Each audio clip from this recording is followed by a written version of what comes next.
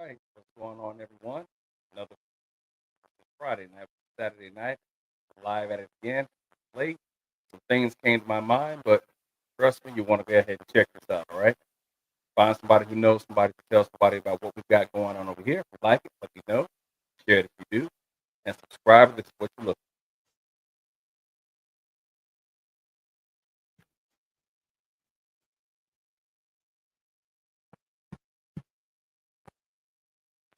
Getting into it right about now. What is going to be the title of tonight's show? Black Trojan Horses, the Community Disruptor. So I did a show last week that talked about 6 lies that black conservatives still tell blacks. So I was going to make that a continuation tonight, but I thought, no, I'm not going to do it. Let's just go ahead and focus on the one black conservative who is out here doing most of the line right now, and that's Candace Owens. Just recently, she just called the wife of the president of France a whole man. No proof that she can put this out here, but she claims she has it, and that Macron's wife was born a biological man. So I don't know where she gets this crap from. You know what? I thought about let's go ahead and just go through all the other lies that she's told. None that she's even apologized. One of the things that I want to do also is let folks know I'm going to do my damn level best to try and track the time a little bit better so we can have sequences where you can actually skip to anything in the conversation that you want to see. Pretty much time stamp. So if you see me look down, I'm just trying to keep up with time. All right, but before we go any further, let's go ahead and do this. You know, I like to get my music in at the beginning, all right? So we're talking lies again. So because of the lies we're talking about, let's go ahead and kick it off with some those, all right? Lies. Fair use, fair use.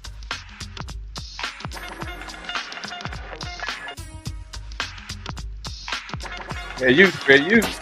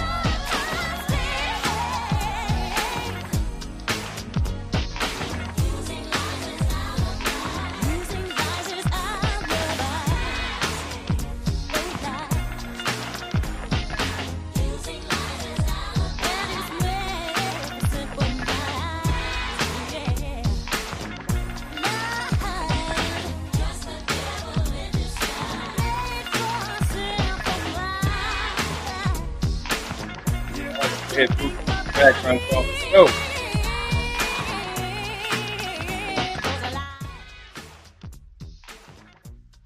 Always love that cover. That is going to be what we drop it off with when we talk about lies out there. Coming to the stage, I've got with me Top Cat, Senior Council Member, aka Council OG. CC, sir, how you doing this evening? How you doing? I'm getting better. I'm hanging in there. Glad you could make it here with me, OG. So I guess you've probably seen what's been going on as of late here, but have you seen the latest nonsense from Candace Owens? I opened the show up here with she called President Macron's wife a man. Hmm. No proof. Damn. Oh, I Hmm. mean the audacity. And again, she feels no shame in what she does. Now, have you noticed that about her when she throws these random comments out into the wind? What happened with the sound? It sound like it breaking up or something. Just a second. Now, how's the sound on your side? Does it sound like it's breaking? Yeah, it sounds like it's going in and out or something. All right, just a second here. Let me see if I can just. All right, how about now? Yeah, it sounds better now. Yeah. Okay, I just forgot here. So I took off my wireless mic. My bad. I forgot I've got my condenser mic here. So let me just stay here a little bit closer. Yeah, it sounds good. All right. So as I was saying here, so the problem that we have right now is Candace has gone ahead and made this statement again about uh, Macron's wife being a man, and she has no shame about it. She is not apologetic, and Yeah. still she says this stuff and never seems to think that people will not fact check on her. So of course, you know how we do around here. I had to go out and get a little bit of information, but for right now, this is still relatively fresh. So there's nothing that I'll do right about now other than point to some of the other lies that she's already told. And Right. hey, you know me, I keep that ready to go. I bring my receipts. Hmm. So, can you hear me all right, TC? Yeah, I hear you. Yep. All right, good. Sound is good for you as well, sir. So let's go ahead and let's get it going here. So the first thing I want to do here is put out an announcement, folks. Now I mentioned this last night when I ran a live, and hey, at it again right about now. So what we're talking about doing here in the local area, if anyone is watching the show in Norfolk or in Newport News or even Virginia Beach, Virginia, Alicia, aka Hunting Wisdom, and I are looking at doing an in-person show of a value conversation, but we're going to title it a Value Town Meeting. So this is going to be done at the Black Eyed Peas restaurant behind the Lynn Haven Mall over in Virginia Beach. Matter of fact, let me go one more here and just share the screen to show you where the event is located here. And it's going to be hosted, the ticket sales and everything, and information about the event on Eventbrite.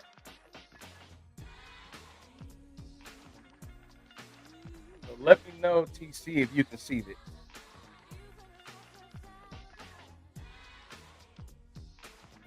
Yeah, I can see it. All right. So I think we may have a bit of a delay, but we know how that works with YouTube, 5 to 7 second delay or so. So as I'm saying, folks, this is going to be a Value Town meeting, and we're going to be doing this here a live and in person. So this is the way that we're going to try and reach out to everyone to at least let people know, hey, we in here. Now, obviously, we still have the online show that we do here. I've got again one of my valued council members here, TC, with me. I think Alicia's already knocked off the night, gone to bed, and Chicago might be out and about doing things in the local community. But nonetheless, I just want people to know that if you are not going to be able to make it to the in-person showing, we may go ahead and make sure we broadcast the show online. Haven't decided just yet. But for anyone who wants to go to the show here locally, it's going to be a $5 cover charge. I'm not trying to break the bank, but I'm not trying to pay anybody out either. I'm going to make sure that everything that goes into this is right around everyone can spend for a Saturday night. So again, it's going to be at the Lynn Haven Mall, behind the Lynn Haven Mall, located at Black Eyed Peas Restaurant. And the information is here on the flyer. Plus, if you go down the page, there's additional information, a little bit of background information on Alicia and myself. Nothing that you guys have never seen here before. My bad. Let me go ahead and count the time here. So again, if you're interested in coming, by all means, please come on down. All right, so getting back into this again one more time, the opening title of the show: Black Trojan Horses, the Community Disruptors. All right, have you ever heard the concept of the Trojan horse, TC? Yep. Hmm. All right, so that's what I want to try and get people to understand when we talk about the Black Trojan. So the Black Trojan horse is going to be either one individual or a group of individuals who bring nonsense into the community. And the nonsense they bring into the community is always a mixture of the following. You're going to see division, you're going to see mistrust, and you're also going to see misinformation. Now, would you agree or disagree with that? Absolutely. So one of the things that I always take notice of when this mess starts, it always seems to be the same group of black folks who stand out in front telling this. But as you and I have discussed before, there's always that certain group of us, blacks, who will take this information and look at it as being, for lack of a better expression, gospel truth. So let me just land my plane right there, sir. And if you can, give me your take here on looking at the black Trojan horse situation, meaning that you have that one black person in the community. Again, this is about the black conservatives coming to blacks as a whole and telling lies, and then getting that distrust amongst us. What of that can you speak of from your own experience? Yeah, hey, it's just like it's like friends. You know what I mean? You gotta have some deception. Gotta be some type of deception involved. You know, when things appear to be harmless, but there's got to be something else to it. Some type of danger involved. You know, and that's the thing. People are like that. When they put out these things that are deception, they expect you to believe it. But on the back end, that ain't good because that could be kind of dangerous in a sense when people do that. And they know what they're doing, but they got to know on the other end there's going to be some dangers behind what they're saying. So it's just crazy. The deception is what she's saying, and there's a lot of deception going on. She needs to be stopped. That's crazy. Mm-mm-mm.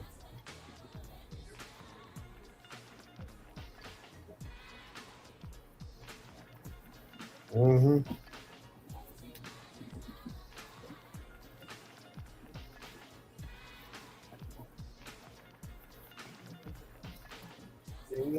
Good.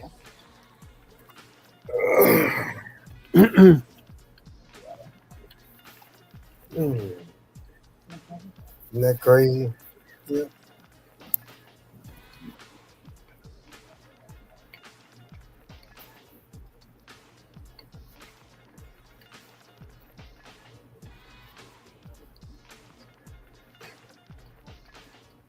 What's she worried about? What's she worried about Macron's for? Mm-mm-mm. That's crazy.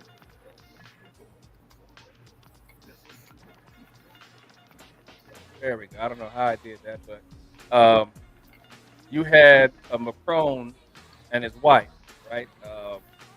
She tried this, I think, last year, earlier this year. So, but remember last year you had Le Pen, who was running for to be president of France. He was the right wing, the extremist. She would be the equivalent of MAGA, her party over there.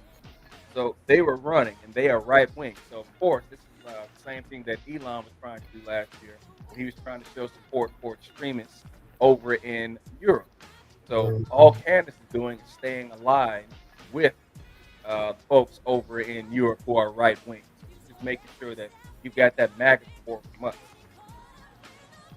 So yeah, her concern for this is strictly all about representing the interests of Donald Trump and MAGA supposedly. But I've got some information on her regarding where she says, "Oh, I am so embarrassed about supporting Donald Trump after he bombs Iran." But wait for it, there's more to come from this. The lawsuit filed in Delaware Superior Court alleges Owens has broadcast a relentless year-long campaign of defamation against the McCrones, according to a statement from Tom Clare, the McCrones' lawyer. Now, remember, I just said she's been at this for about a year or so. Right, So this is nothing new per se, but this is her come back from taking a break and throwing this nonsense out into the wall again. So in March, conservative commentator Candace Owens revived an absurd conspiracy theory with a YouTube video titled "Is France's First Lady a Man?" According to the complaint.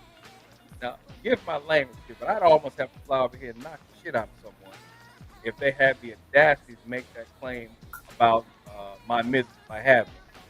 Ain't right. no damn way I'm going to sit back and let this go down. Now, obviously, the lawsuit is the first thing you want to do. Let them handle it in the courts.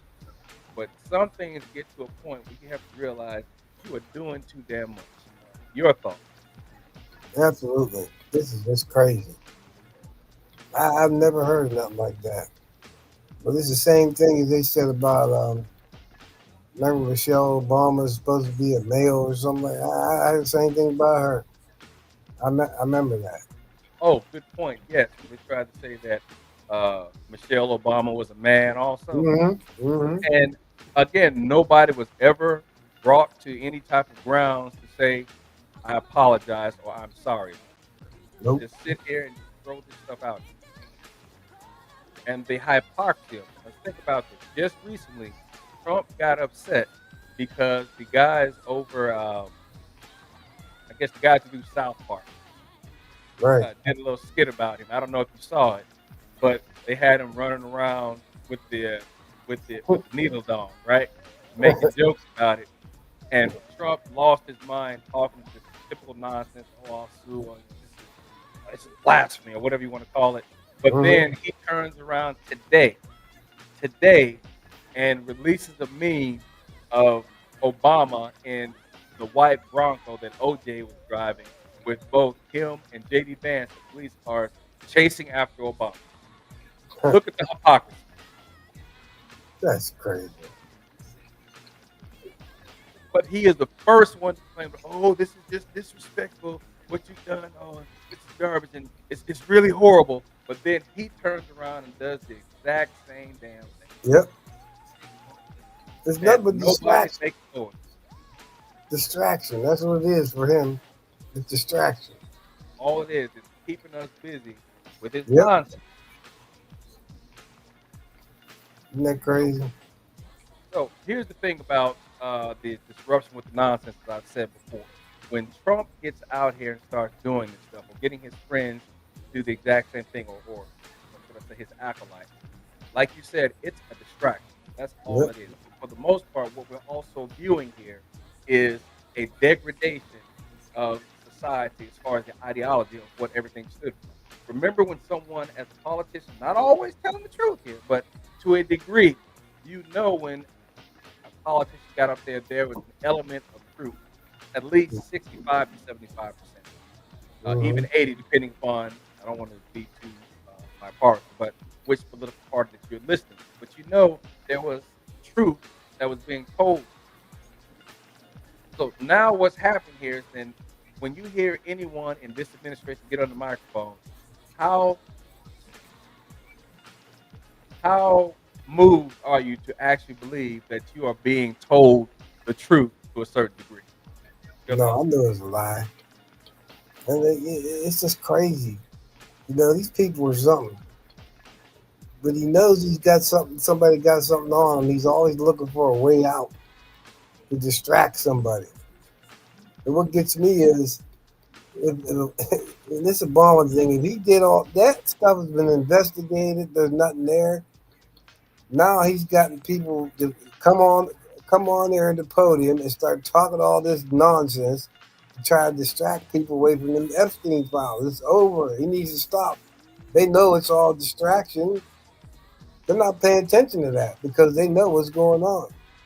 He's trying to move stuff away from him and try to put on get somebody else. That's just not. That's not right at all. That's just crazy. And when you look at it from that standpoint, also think about this. of him having the ability to use a legitimate process in Yes. order to use or to find support for excuse me, illegitimate action.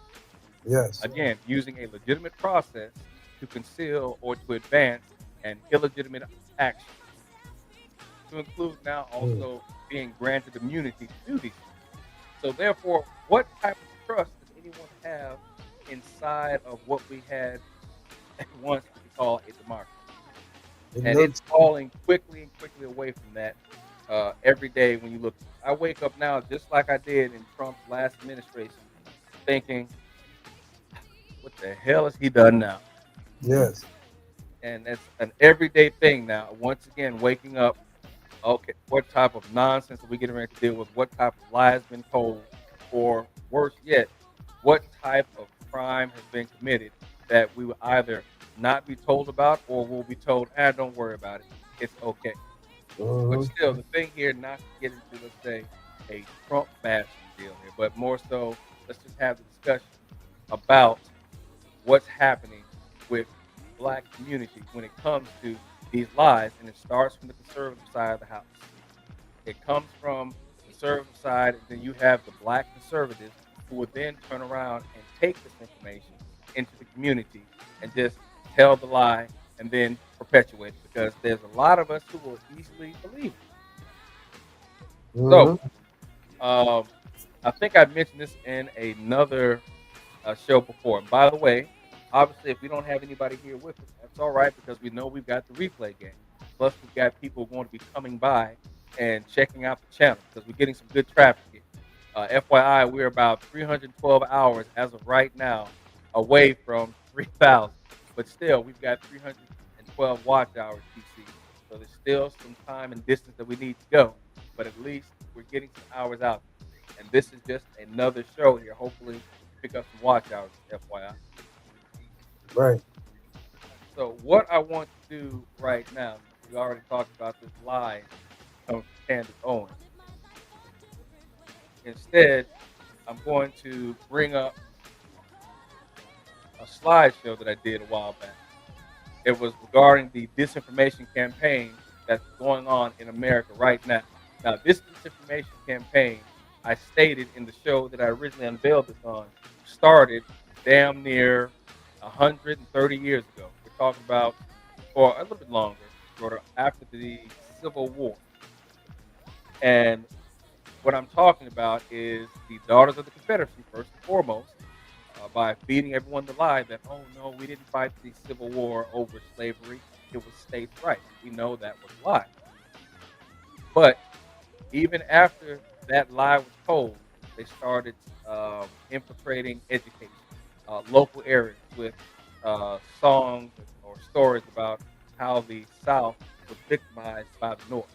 So you have the lost cause of the Confederacy that was being taught in school books to children, especially in the South or the solid South, which you have the 11 states, Georgia, Florida, Alabama, Texas, Louisiana, Carolinas, and so forth, that were responsible for having their education centered around the lie.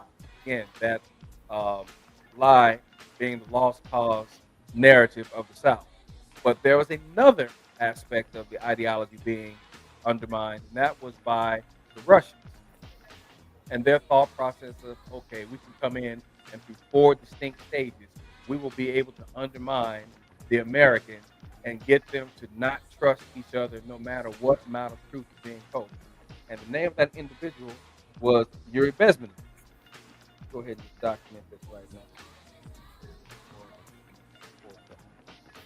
All right, so Yuri Bezmenov was a former Russian KGB agent who had come to the United States. He had defected.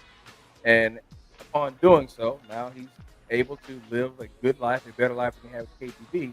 But he was also in a position to tell us of how the KGB was working on trying to undermine the ideological aspect of America. Hmm. So let me go ahead and do this. About that show. And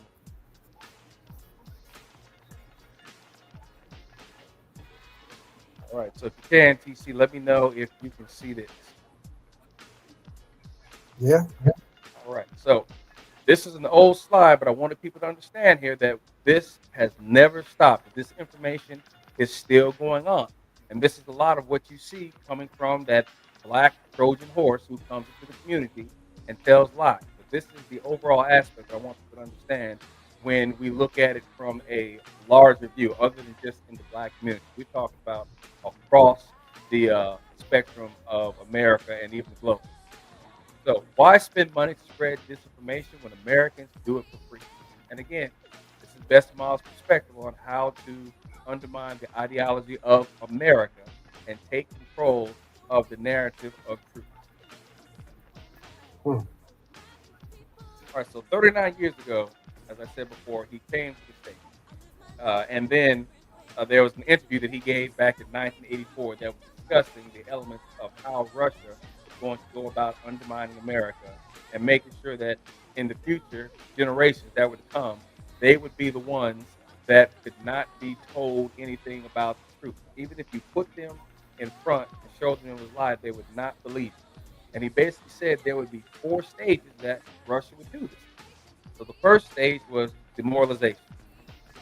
All right, so per Besmanov, this stage takes anywhere from 15 to 20 years to achieve, which was the minimum time believed to change the minds of the current generation of students, K through 12, exposed to the ideology of the country they reside in. In short, it takes time to change the way people are thinking.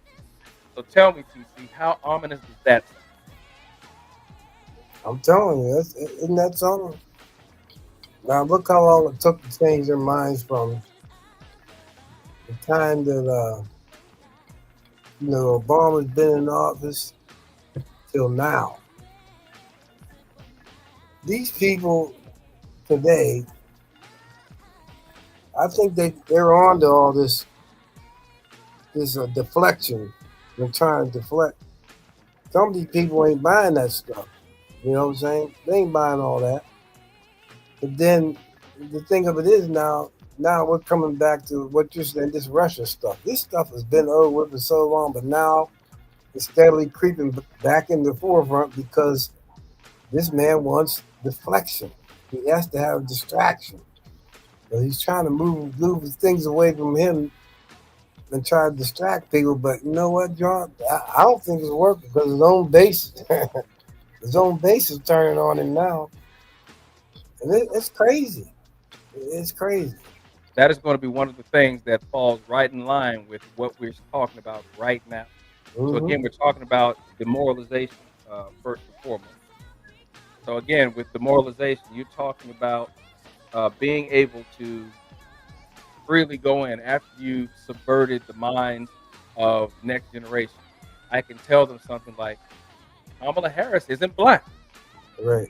Now we know that's a lie, but no matter how many times that you have someone look at the information, to include, remember the show that I did Yep. that debunked all that, started from the very beginning of when her great great grandfather, who was the white guy Right. from Ireland, came over to Jamaica, married a Mhm. black woman, had her great grandfather, who was Patrick A. Finnegan, who then married a woman, Miss Chrissy there, who then, after having a child, that was her grandmother Mhm. that they had.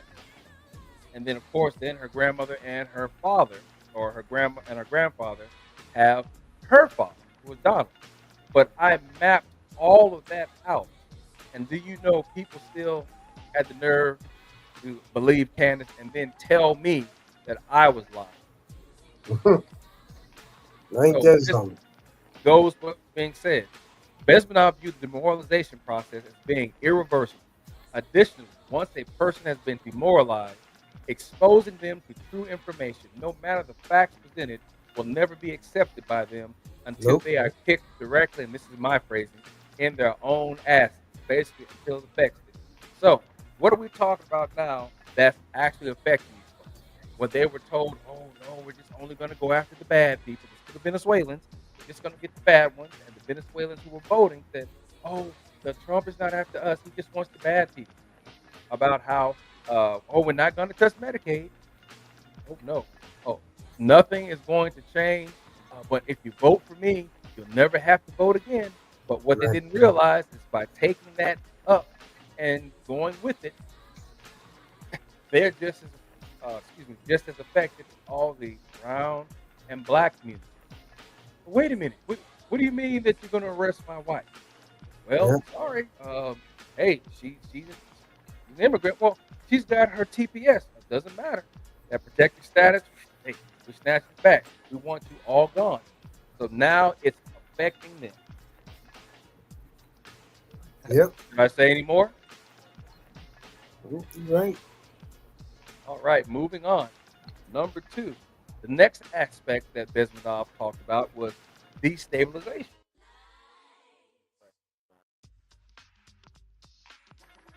All right.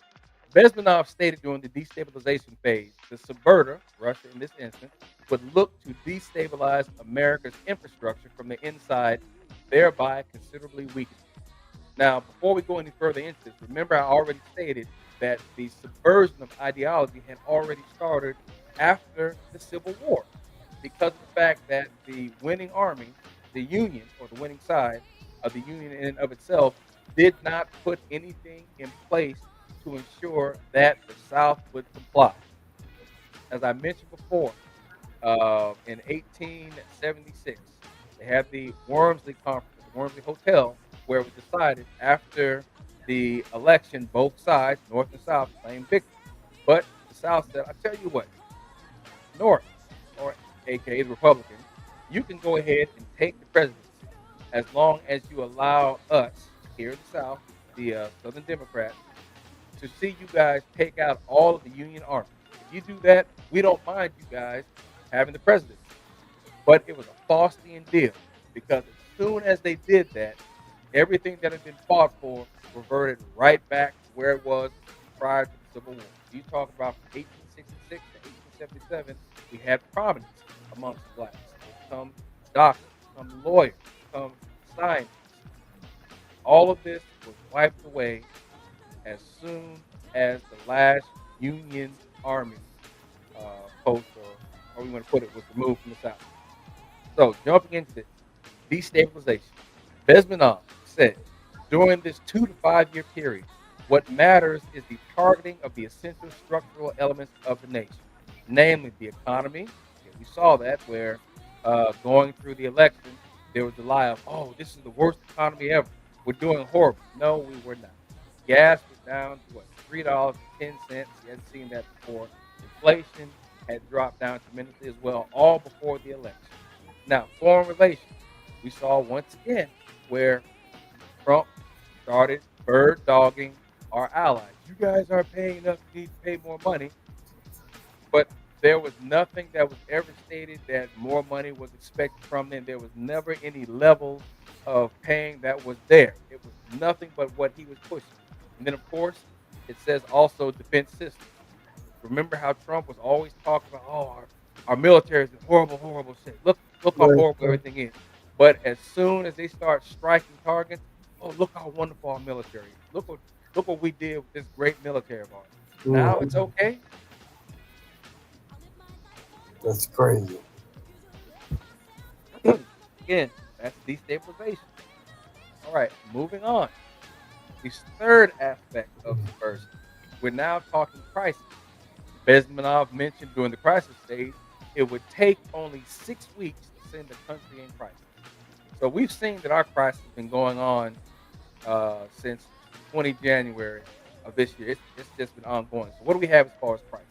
We've got uh, this administration saying that DEI is illegal, that it is irreparable harm to America, Hmm. division, exclusion, excuse me, division, equity, and inclusion. Now, when I hear DEI, as you know before, I've got my own aspect. I call it Trump DEI: Yeah. division, exclusion, or excuse me, division, extortion, and intimidation. Oh, hey, what's going on? So, this is one of the folks that I met here recently. If you take a quick time out here, from over at Deconstructing Christianity. Brother, I don't think I ever got your name, by the way. I just know that you got the Huey Newton avatar, but that's about it. So I apologize if I don't say your name because I don't think I ever got it. But thanks for joining nonetheless. I appreciate you swinging by. Excuse me. So again, in the crisis mode we're in right now, we see clearly that we're talking about again DEI being under attack, that it was being associated with blacks when it was primarily something that benefited women as well as blacks, as well as Hispanics, minorities, gays. It benefited everyone, but that was considered to be illegal. But at the same time, we now look at black history. It's been called divisive, racist, and revisionist. But yet, at this time, right now, there is a young white man in Georgia creating a society for nothing but white people. Notice it is not in the news at all. I'm going to be doing a probably a quick 15 to 20-minute show on this next week. I'm going to call that when I call the message, which means that it's going to be longer than a short because you know a short can only be 3 minutes. But for what I'm going to call a message, I'm going to run that from 3 minutes up to a maximum of maybe 20 to 25 minutes. Anything past that'll be what we're doing right now, which is a full show. All right, hey, back at you. Again, man. I apologize. I don't know your name. So if you could drop your name, I'd appreciate that. So when I see the avatar in the future, I know how to address you. Excuse me. So as I was saying here, TC, we are in that mode of crisis right now. Recall also that the Smithsonian was under fire for the African American exhibit. I think the Boston Museum is also under fire for the African American exhibit. All these exhibits that we see that are being shut down supposedly because of, oh, this is DEI. This is teaching folks that uh, being white is under attack. White males are under attack. And it's all because of this division being caused by black history. But yet again, as I've said, you got a young white man who is currently building a white society only inside of Georgia, and nobody's even present. So I landed there for a second, DC. Mhm. What's your thoughts here? Again, primarily first with crisis. Let's go ahead and let that marinate. What's your thought about the aspect of crisis? Yeah, man, that's something. Let me turn this thing up so I can hear you. Mm, I can turn this all the way up. All right, is my sound not coming in good? Oh, I hear you now. Yeah, I hear you a little better now. Yeah, because it was going in and out. I gotta turn this thing up so I can hear. All right, I keep forgetting if this microphone here that I've got to stay a little bit closer, so that's my fault. So if I sound like I'm going in and out, folks, somebody put something in the chat or let me know so we don't waste the whole show where you can barely hear me. So go ahead now. What was you saying now? I turned it up now. I can hear you a little better now. So, oh, here, my man's here again, brother. I do not know what your name is. All right, so if you could tell me what your name is so I can properly address you. All right, he was saying sound was bad. His sound is better now, so I need to stay real close to the microphone. So hopefully, what I was speaking about was not too distorted here because we've been on for almost 35, going on 40 minutes. So has my sound been bad that entire TC? You just haven't said anything to me? No, no, it's just going out. I can hear you though. I had to turn my computer up. I mean, up until this point, up until let's say 35 minutes, has my sound No, it's good coming through now. been that bad? It's been good. Mm-mm. Yeah. Okay, good. Just want to make sure. All right, so we're just gonna say Huey. All right, so as of right now, the individual, the avatar that we see is Huey Newton, is hereby known as Huey. All right, so Huey, thank you for coming through, man. Oh yeah. Okay. I had to turn my TV up early. All right, so I just need to stay a little bit closer, I guess, to the microphone. So again, going back to what we're talking about here with crisis. All right, Besmanov. The crisis would bring a violent change of power, structure, and economy. So I went back because I wanted people to think about the last time we saw a crisis prior to the Biden administration. With regards to crisis, America's last show of violent crisis was seen when Donald Trump fomented insurrection on 6 January 2021 through convincing his followers to attack the nation's capital by telling them from an earlier speech to fight like hell if they expected to take back their country.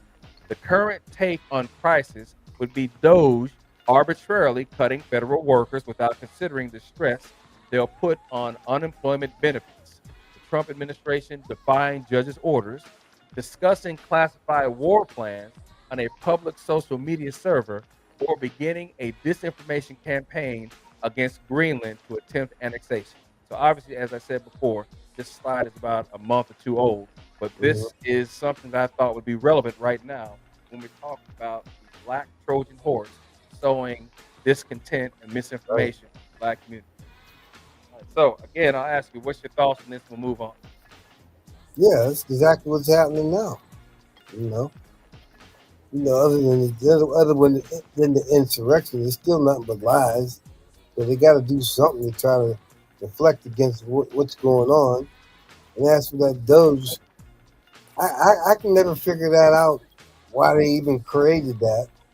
Because the only thing they was trying to do is they wanted to just cut and take things away from people, and then it's just it's unbelievable how they're doing this. It's just crazy how you can defy judges' orders and all that crap.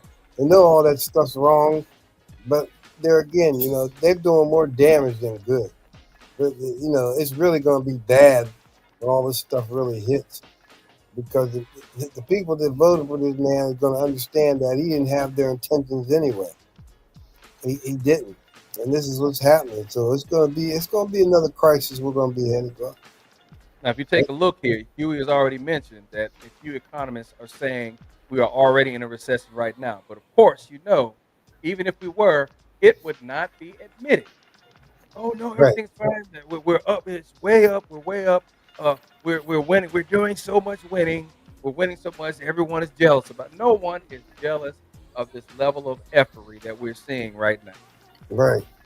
All right. And shout out to you, Huey, for also bringing that up here because I think in some areas we may see that eggs may have gone down, but now look the price of meat, Mm-hmm. ground beef, steak, chuck, all this $9, $10, $11, depending on where you are. So let's not be fooled by this. That's just crazy. So for the last part, normalization. All right. So Bezmenov specifically states this, meaning normalization, will happen to America unless it gets rid of people who will bring it to crisis. However, what can you do when people willingly give crisis to control? And that's pretty much what we've done. People have now just accepted that, for example, Mhm. I'm going to give you 6 months to get out of here. You can stay if you want, but up until 6 months, you need to decide where you're going to go. Remember that fork in the road nonsense that was put out Yep, here? And then yep, all of a sudden, the judge has been saying all those people who were fired, they're supposed to be bringing them back, or they should have been bringing them back over the course of this last month because of how crippling it was to affect getting the job done in certain areas of the government. That is what we're dealing with. Number four, normalization. Going into it. Again, we're talking about the ideology of subversion. Bezmenov states this is when your country is basically taken over, living under a new ideology and reality. And that's literally what is happening right now. yep. We're sitting here where what's bad is good, what's good is bad.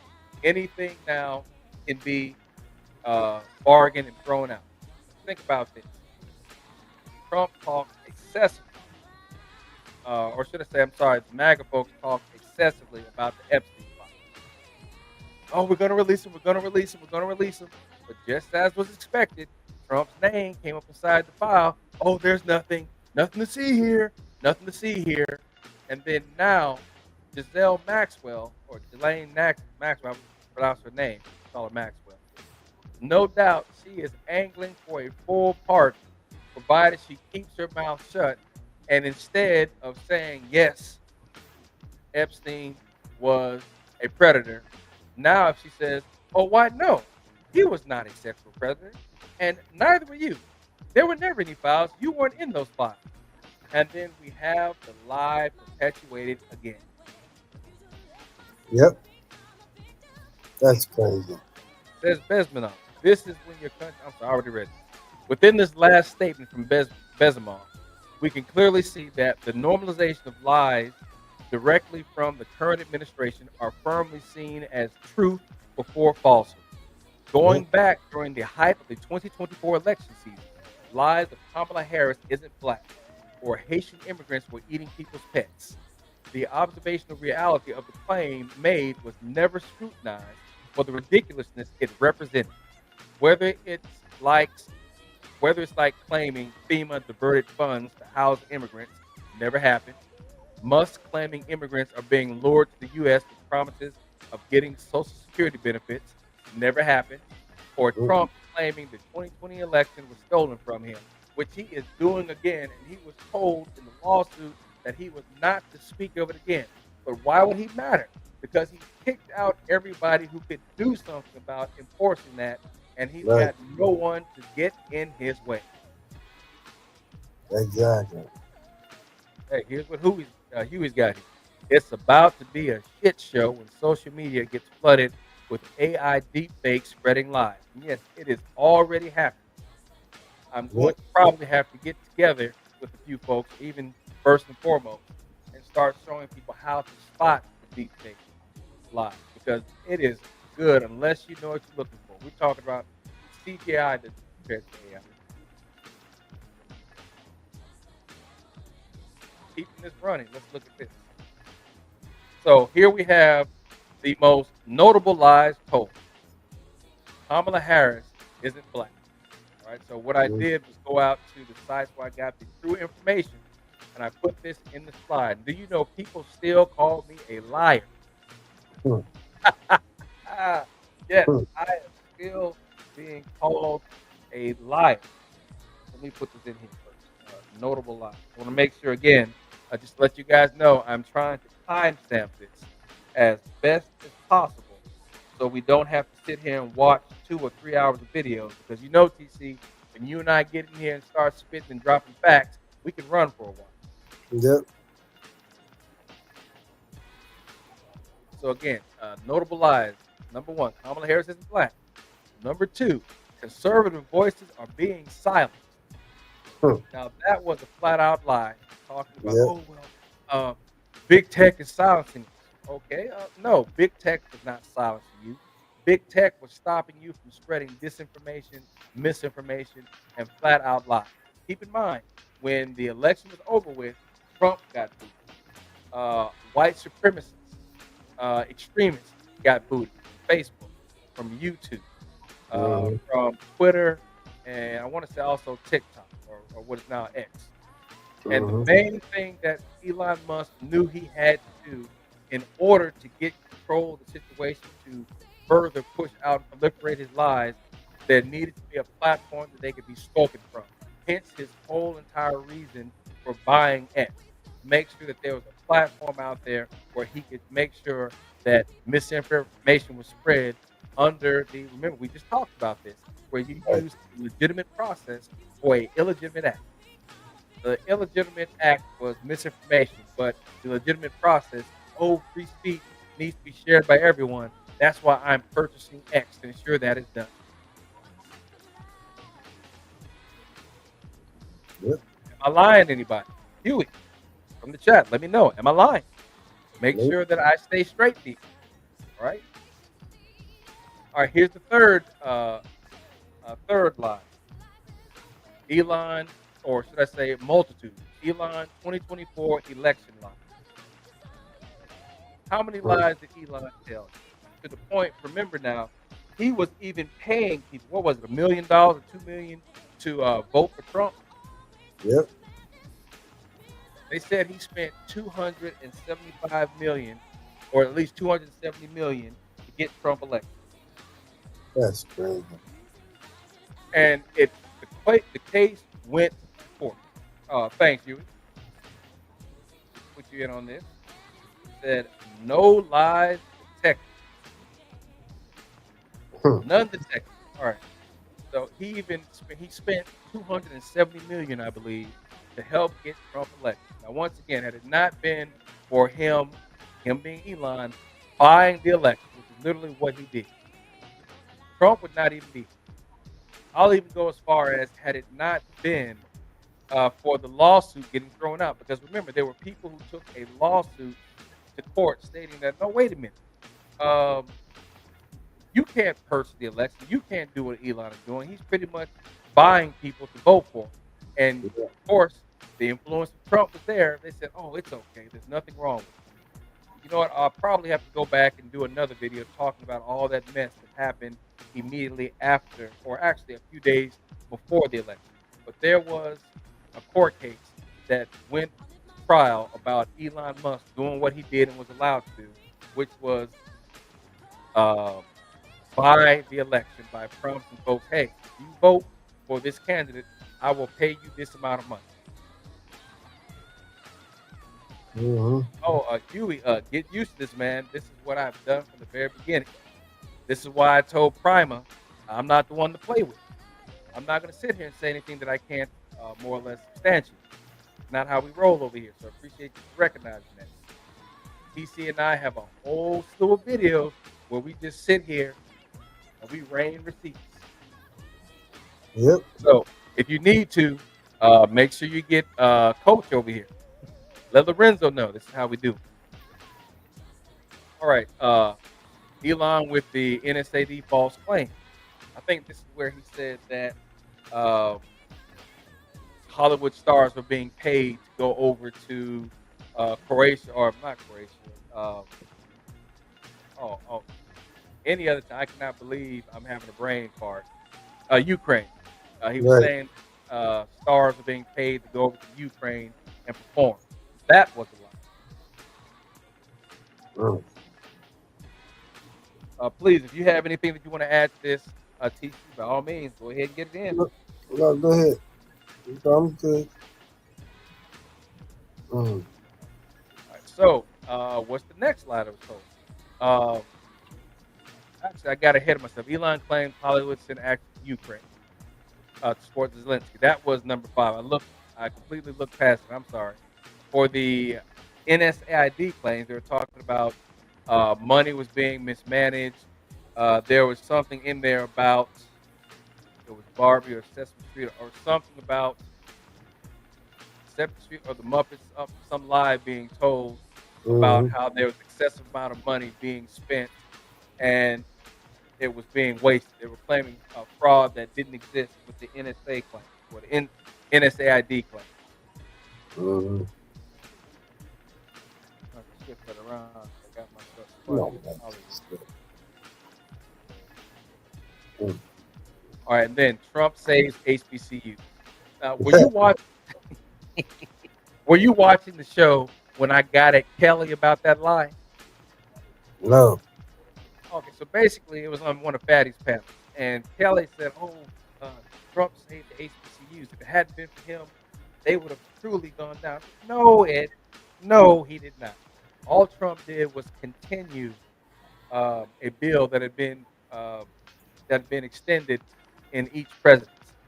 So Hmm. the bill had just lapsed at the moment. But Trump said, "Oh, if it hadn't been for me, they never would have been able to survive," which was a lie. On top of that, what Kelly had an issue with is they also went, and again, you guys can't see this. What I'll do is I'll upload this somewhere, and you guys should be able to take the links in, or maybe I'll go ahead and I'll just include the links after the show. I'll go back and put these in the description. Yeah, I'll do it that way. Trump was the entire damn time back in 2017 or so when this issue was going on, 2017, 2018, he was trying to take money from HBCUs. Yep. It was documented in the 2018 budget. Trump was allotting money to be taken away from HBCUs. It was right there in print. I got it directly from the United Negro College Fund. Put that information there. Kelly had never even seen it. That's not Mm. true. That's not true. Had nothing to say that it was not true, but her statement right off the bat was it wasn't true because she couldn't prove it. And Huey, if you remember, I made this statement on the show when Freeman was up there wilding before Lorenzo kicked him off. Those who cannot disapprove will disavow. Hmm. So just to take a quick side shot here. Um, so I was on the show here called Deconstructing Christianity, Mhm. and primarily we were talking about pretty much how Jesus never existed and providing the receipts. But you had this one cat over here who you couldn't say anything. He was completely, as Bill Maher would say, religious. Couldn't tell him anything. And I snuck one by him without really sneaking anything. Hmm. And the statement I gave him was outside of the Bible, for empirical evidence, where in recorded world history did a man ever walk on water? So I already knew the answer that no one has, right? Mhm. But he sat there and listened. Then he made this statement, none that I know of, or something along those lines. And I said, okay, let me change this. Outside of the Bible, for empirical evidence, where in recorded history is it shown that Jesus walked on water? Oh, whoa, whoa, whoa, whoa, whoa, whoa, no, no, oh, no, you lied, you lied. But he had already answered the question. But when I added Jesus to it, which is who I was talking about to begin with, now all of a Mhm. sudden, oh, you lied, you lied. No, I had to cut it loose. So he's been bird dogging me all day, trying to say, oh, I cooked the eggs. No, you didn't. You can't get your oven up against and burn this. Anyway, getting away from that. So yeah, so HBCUs, Trump claims that he saved them. No, he did not. We know again that it was just a lie. As I said before, all Trump was doing was finding a way to take money from the HBCU. All right, then Right. of course, from this lie, Trump advanced claim that the Haitians are eating cats. Hmm. Wrong with that. He said them people in what state? Somewhere. Remember that one state? He said people was eating animals. Oh, that was I want to say it was Springfield, Ohio. Yeah, that's what it was. Yep. It was Springfield, where all the Haitians were. I even tracked it down to where there was the woman who started the lie and said she didn't realize it was her lie everybody was telling. She said that, well, I had a friend who told me that the cat went missing. I'm like, really? And I just started telling people. And it was her lie that was magnified. See, y'all put that stuff against. Don't use anything. Haitians eating cats and just eating animals. I could not believe that someone had the audacity to tell that damn lie. Hmm. All right, now here's the one that you and I just kick back all the time. Ku Klux Klan was created by the Democratic Party. No, they were not. Absolutely not. I did a show about this, disproving that also. Yeah. Not even to mention that all the elements that are out there about Hmm. how the Ku Klux Klan was not created by the Democratic Party. Sure enough, you had people who voted for the Southern Democrats back before 1965 who were the racists, who were the slave owners. There were people who were voting for the Southern Democrats. There were people who were in the Southern Democrats who more or less were a part of the Ku Klux Klan. But the Ku Klux Klan was not started by the Democrats. You had Democratic sympathizers. But again, the party was not created by the Democrats. No. Oh, the receipts that we bring with us, PC, the receipts that we bring. Why don't people understand we don't do lies over here? Elon claims FEMA spent money or spent funding to house immigrants. That's crazy. Now we know that was a lie. Now, what people may forget also is that the lie was perpetuated so much, you had all these backwoods folks, even in vehicles, driving around with loaded weapons, asking folks, "Hey, you see any FEMA folks around here?" They were actually looking for FEMA people to, for a better word, to aggress against. Right. All right, these are locals out there who've been listening to these lies that Elon was telling, had actually picked up arms and were looking to fire on FEMA officials. Remember, FEMA said, "Hey, y'all get out of there now." Right. Oh, hey, look, It Iraq. was, mm, All right, now here's another lie. Elon spreads lies of Muslim grooming gangs. This that's, guy always had a lie here. Like Muslims were online supposedly grooming people to join. And again, when you look at the four stages we talked about, everyone is now normalized where they are just accepting that lie. All right, right. here's the next one. Zelensky supposedly is a billionaire. All right, again, that was a lie. I think I got that from Reuters. And Reuters has even gone back and verified all the money that he had was what he was making from his salary of Right. being president. Nothing in his salary reflected him of being a millionaire. But if you look on X, you look on all the right wing platforms, Signal, you had Getter, you had Rumble, I think Tumblr. Uh, that's what I was working on, TC. I was working on the show to show everybody where all the bad sites. Keep in mind when people get kicked off of the primary four, Facebook, YouTube, Twitter, now X, and TikTok, they went to again Rumble, Mm-hmm. Parler. Um, you had 4chan and 8chan, Getter, Tumblr, Signal, Telegram. They went to all these places when they were kicked off of the site because of misinformation, for extremism, for misogyny, or just pure disinformation. They were all ejected. And this is where they went. Now, here's the one that really torqued people when I provided this right after the election. Number 12, Trump uh, Mm. not found guilty of insurrection. False. He was found guilty of insurrection, and this was back in November of 2023. All right, in 2023, he was found guilty of insurrection in Colorado court. Now, people seem to think, "Oh, that doesn't matter. That's just a small court. That has no bearing over anything." No, I think that was, 24, yeah, it was 24. Yeah, that was an actual court of law. Like, people, what are you doing?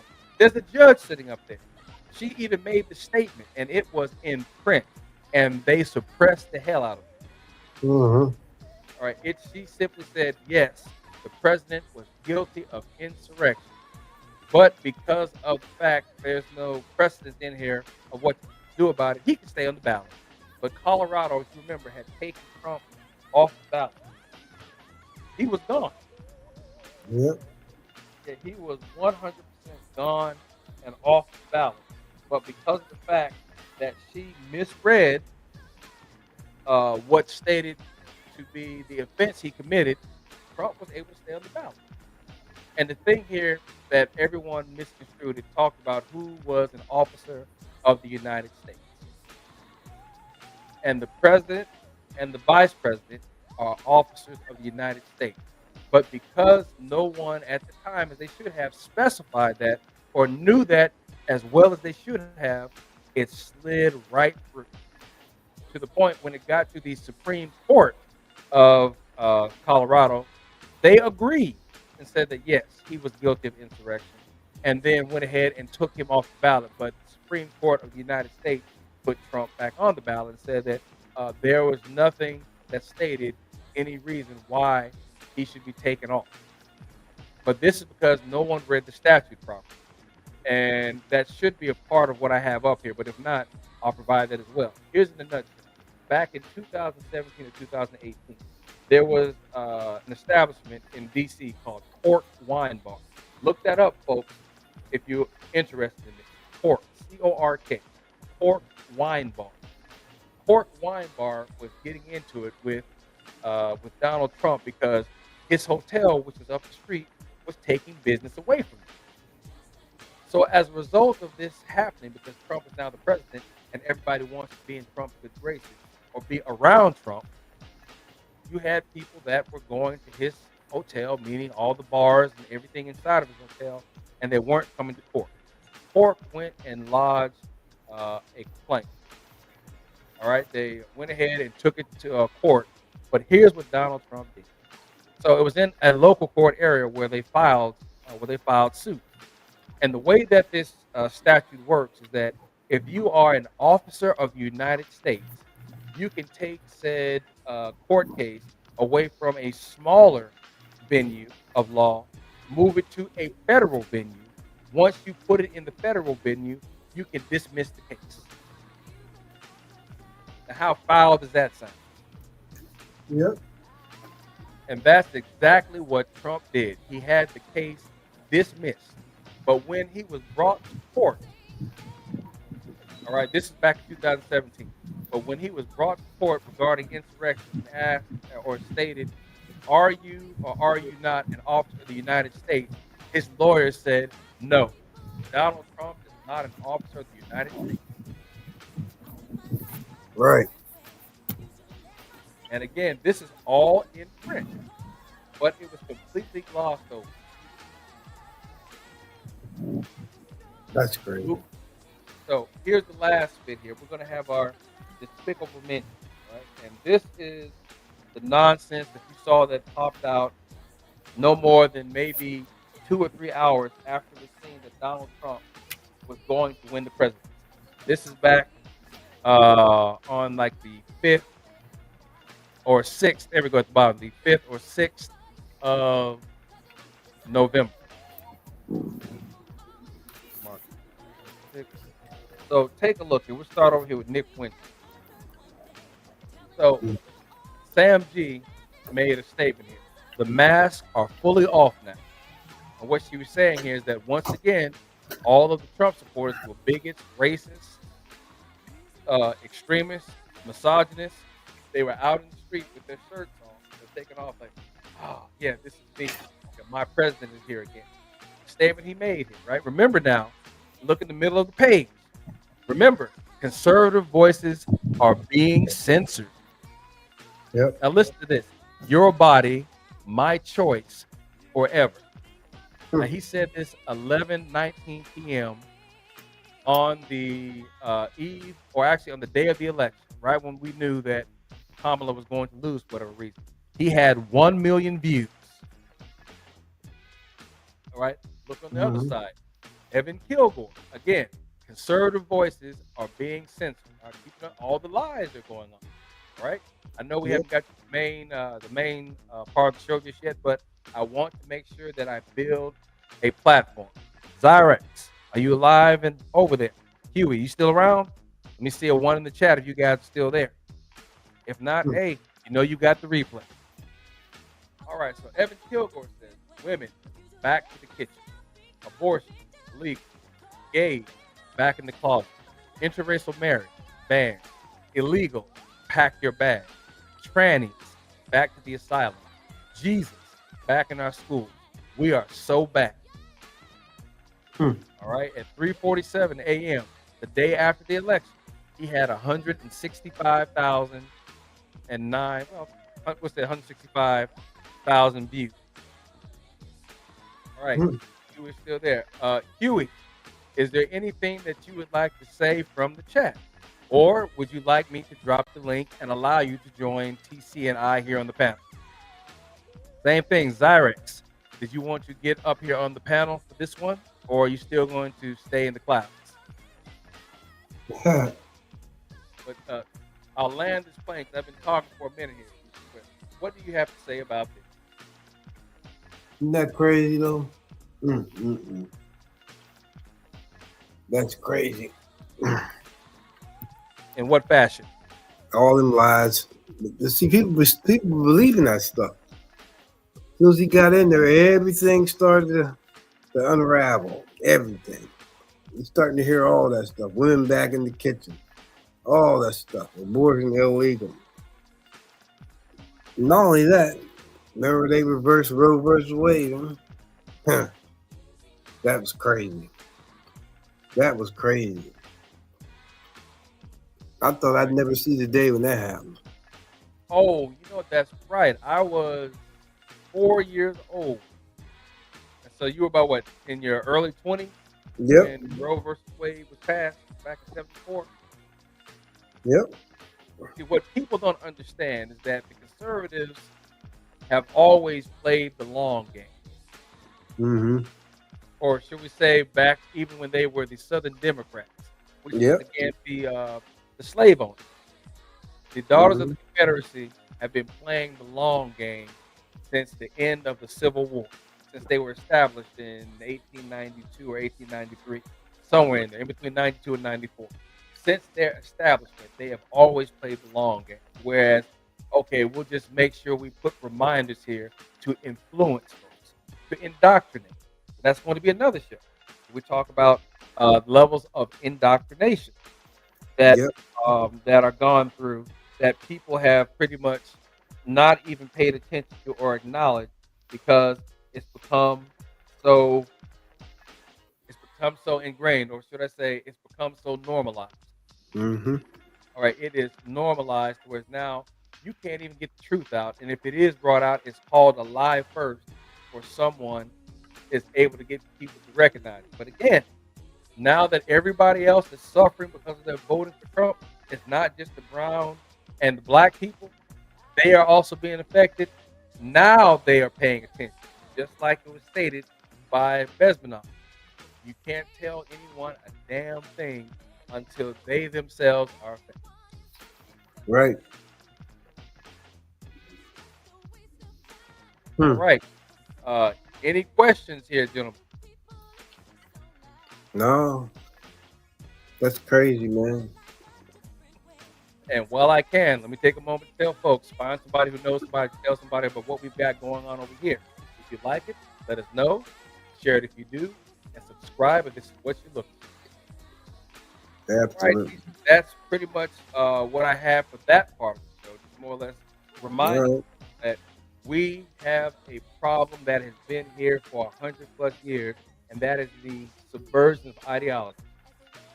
But what if I told you that subversion started even before the Civil War, even before Europeans came? Right. The subversion of ideology has been going on for the better part of 2,000 years. But I'm going to save that part because that is going to be a righteous kill. That's Yep. the best way I'm going to put it. I am going to make that a righteous kill, and I'm going to put all the evidence out front before I go ahead and unleash everything. Mm-hmm. We'll call that All right. indoctrination. Oh my goodness. So, Candace Owens, as I said, she was the primary reason for this particular show right here. Black Trojan Horses, the community disruptors. So, as we started out earlier, before we did a shift, just to build the foundation of what lying does to a community, or actually to a nation. Again, we talked about the four elements. We talked about, uh, well, this is a quick recap, all right? Just for anyone who's wondering here, this is a quick recap that TC and I have already been through, talking about what elements it takes to undermine a society. You have, oh, I'm having a brain fart right now. Demoralization is the first one, where you capture the minds of the next generation, K through 12. So, also kids going to college. Basically, what we're doing, or what they're doing, is diminishing their capacity to distinguish lie from truth. And in doing so, if the truth were ever to be presented, they would never believe it. Not even if you said, "Hey, this is a concentration camp," and took them and put them in front of someone busting rocks, you would not get them to believe it. And they say this part of undermining the ideology would take 12 to 15 to 17 years. So we're talking about from the time they start school up until college. They've had a lifetime of misinformation that now they don't know who to trust when it's told. The second stage was destabilization, where now they're talking about a period of 5, 6 years, whereas now we're going to attack the economy, we're going to attack our allies, we're going to attack infrastructure, we're going to do certain things that is going to separate us from the people that we supposedly have a close commitment with, whether it be our allies, NATO, whether it be people here at home in America, or whether it be the belief in our economy of whether or not it's doing well. Hmm. Yeah, but Huey just said they're doing a great job. Most Americans are clueless because of it. Yes, they are. But again, Huey, like I said, TC, Chicago Rilla, who's not here, or Alicia, we get up here and have these shows to include. We have guests who join the panel from now and every now and then. Shout out to Dwight. Also, let's make sure that we give a shout out to Harvey. And let me give a shout out to Tease for throwing himself up in here every now and then inside the chat session. Shout out to Duke Mitchell, who helped get us up here to our 1,200 subscribers. Shout out to the folks who took the time to be a part of this. Yeah, no matter Well, what type of truth that we try and tell, you're going to have more folks who believe the Black Trojan horse. What you got, TC? yep, you're right. I agree. Everybody got to get this information because it's important to know that all this stuff is lies, and people got to start getting on board with all this information that you got coming out. And that's important. Mm, that's important. So this subversion, as I said, has been going on. If we just look at it from the perspective inside America, we've been looking at subversion since the end of the Civil War. So the third stage was crisis. All right, so crisis is supposed to happen within 4 to 6 weeks, or let's just say that it's immediate. And the crisis is what we are experiencing right now. Again, diversity, equity, inclusion. Supposedly being told that it is racist and divisive to America. Black history has been called racist. Racist, divisive. Also, revisionist. Now, tell me, what is revisionist about Black history when all we're doing is putting out the information of what world history has captured? Right. I'll leave that for you, TC. What is revisionist and racist and divisive about an actual history that everyone has seen? Like I said, history repeating itself. Everything I'm seeing now is going right back to what it was before. But people don't believe that. But my eyes are wide open. I see what's going on. Everything, all these moves being made, all these things are changing. It's just ridiculous. It really is. And like I said, people need to know this because they're not getting everything they should get on what's going on in society right now as we speak. These changes is just crazy. It's crazy. Mm. Now, add to this, we go to the last part, which is normalization. So that's where we are right now. Normalization, where everything that we discussed right now is being accepted as normal. You can sit here and make the statement, "Oh, white people are being oppressed," or white males specifically. That lie flies now. Yep. You can sit here and say that, "Oh, there is genocide in South Africa. They're killing people." There was no death to be spoken of, and the president of South Africa is sitting next to Trump in the White House. Trump is sitting here repeating these lies, Yes. sitting there repeating them. Even Hmm. someone in the president's cabinet who was black, the president of South America, is black, and even his white cabinet member was like his head, like, "Are you serious?" And Trump kept on with that nonsense, Hmm. right? What else we're talking about with normalized? Again, the whole thing of Kamala Harris not being black. Uh, I'll just leave it right there because I don't want to get too far down to some of the things I want to show here. But you Right. guys get what I'm saying, right? That we have now seen the lies have taken hold, and we are now seeing that society is about 55 to 60% undermined as far as ideology right now. This Yep. current administration is now changing rules that were already set in stone. And then you have the Supreme Court, which is giving him immunity or the coverage, aka we see in the military top cover, to do so. Absolutely. All right, so let's go ahead and get into the main part of the show, which we have been tap dancing around for a little while. Candace Owens. Now, by the way, anybody out there, I see we've got 4 people who got the evil eye on us out there, right? So, to any of those 4 folks, feel free to jump into chatting as long as you make sure you keep it respectful and ask questions. Let me know if there's something that you'd like me to answer. Let me know if there's something that you're curious about. Let TC know. Right? Let Top Cat know. That's the whole reason we're doing this because we know, as he's saying, this information is not getting out to where it needs to be. But what we need you to do, anybody who is here in the chat or watching from distance, let people know about what we've got going on over here. We have receipts. All right, so check this out. Let's go ahead and get to it and do it like Pruitt used to do.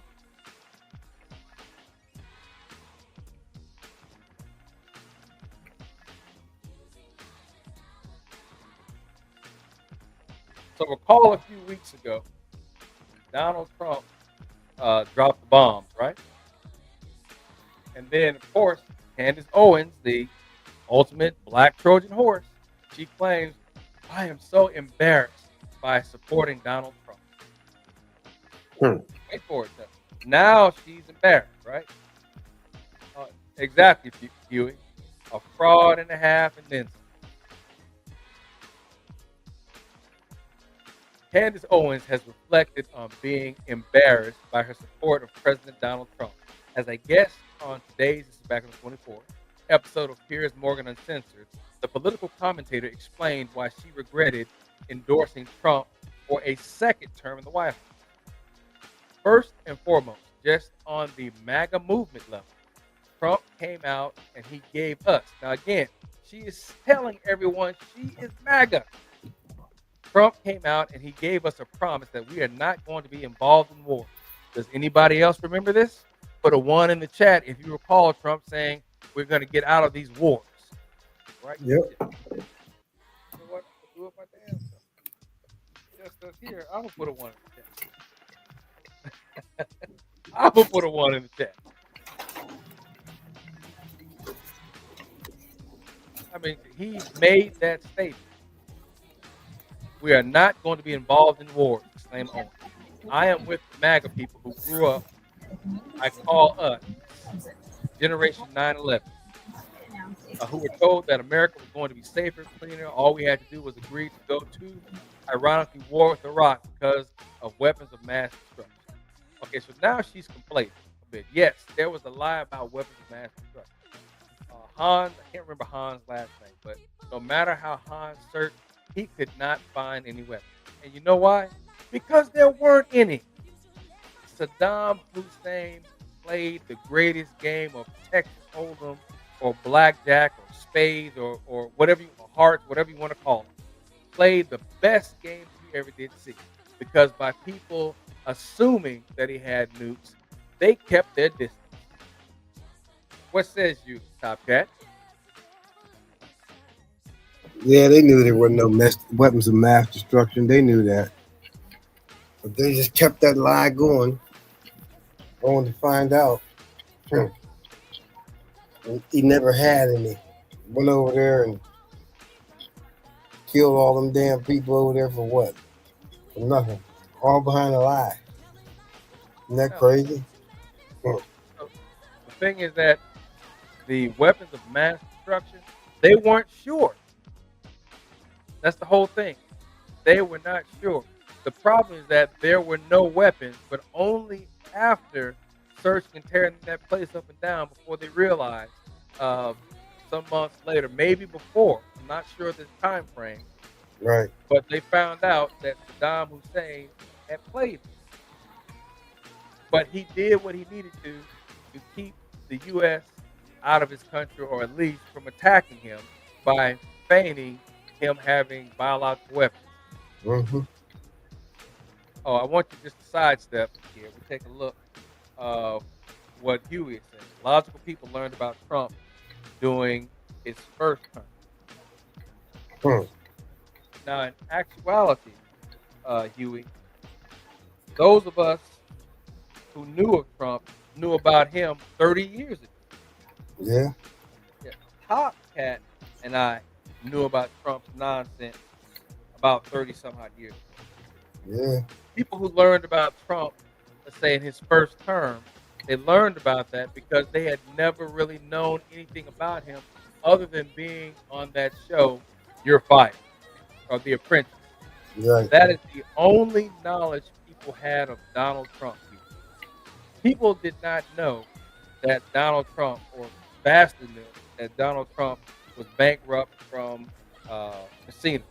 right. All right, uh, he had filed bankruptcy for Trump Steaks, bankruptcy for Trump Body, bankruptcy for Trump Airlines, Mm-hmm. bankruptcy from Trump University. University. All right, and let's not. There was something else in there, but it'll come back. But also Donald Trump had gotten the USFL Football League canned Yeah, because he yeah. had the audacity to think that he could bully a sports broadcasting organization, or a sports organization, the NFL. All right, so you're talking an organization that owned at the time 2 days out of the week, Sunday, all day Sunday, and Monday night. They owned 2 days out of the week, and Trump thought he could go ahead and bully them into the USFL being able to compete with them on the same stage. Mm-hmm. I agree. I've read about his failures and shenanigans decades before 2006. Yep. And a lot of people had not done that. They liked his bombastic, "Wow, you want to see me poke America in the eye with a stick? Do you? Do you really? Do you want to see me do that?" And those are the folks who sit here and support him. Folks who want to be senselessly entertained. Do it. Do it. Poke a stick in his eye. All right, well, go Mm-hmm. ahead and do it. Like he's looking for cosign. But that is the aspect of Donald Trump a majority of people from Gen X, from the baby boomer generation, to include the silent generation, who knew what Donald Trump was before he even started partaking inside of the presidential campaign, or the pre-election. We all knew that, but people unfamiliar with him, they voted for him not because of all the failures he had. Now let's keep in mind now, with all the failures that Trump had, he Right, also had a few billion in the bank that was making money off of investments and whatnot because of what his father had done. right. So even though Donald Trump could lose $1 billion, because he's still worth another 25, 30, or whatever $1 billion, it didn't matter. Write it off, go back and do it again. Yeah, He has got wealth built initially by his father that can sustain his family with the stock options or with the investment they have. They will never see a broke day. mm-hmm. That's the best way to put that when I hear people talk about Donald Trump. And oh, he's such a great businessman. No, he is not. He appears to be a great businessman because he can rebound based upon the wealth that was accumulated primarily because of his father. Right. All right, so let let me get out of that frame of thought. But as I was saying here, you look at everything with the Iraq War, and we talk about the weapons of mass destruction. Yes, it was all a game. Saddam Hussein played America and everybody else perfectly. So going back to what was coming out of Kansas, she continued, it's all the same rhetoric dating back to 9/11, all of the same tactics who are trying to smear people who are against this war as supporting jihadists, adding, it is not my business to affect the regime change in Iran. It's simply not our business. Hmm. That right there shows the level of ignorance that she Mm-hmm. operates. America has always been involved with regime change. We've been in the background, whether people believe that or not. But that has been the case. Right. When we snatched up Manuel Noriega back in 1989, Mm-hmm. Noriega was one of our plants.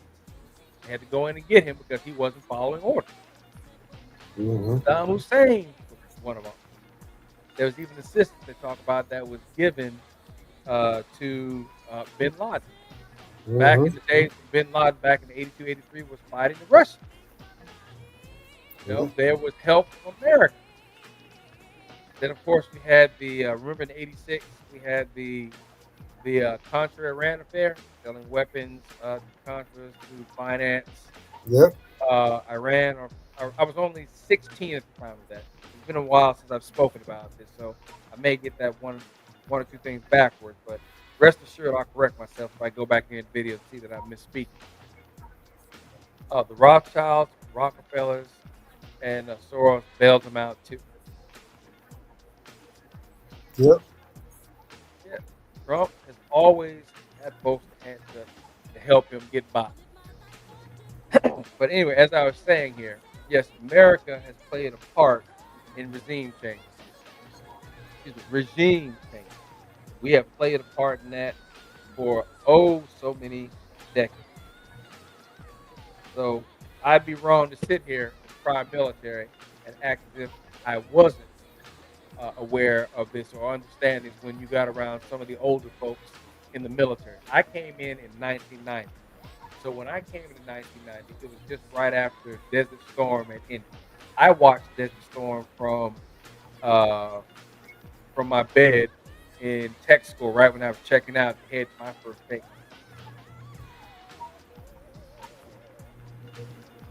Hmm. Yes, there. Believe it or not, yes, Huey is correct. Depending upon what the atmosphere was in America, some of the folks who are considered extremists right now were once considered allies.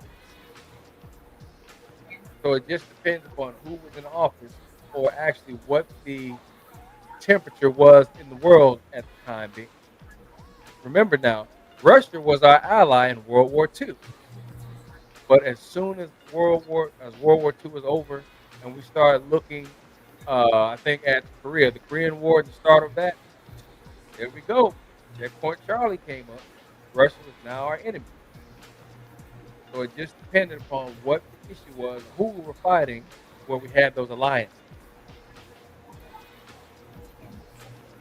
So as we can see here, Candace is full of shizzle. Can we agree on that, Yeah. gentlemen? Yep. Let me close some of these tags we've already been through. Got two of them. Man. All right. So here's something I want to make sure people know about if they forgot. Who here remembers that Candace Owens was supporting the people who killed Ahmaud Arbery? Who remembers that?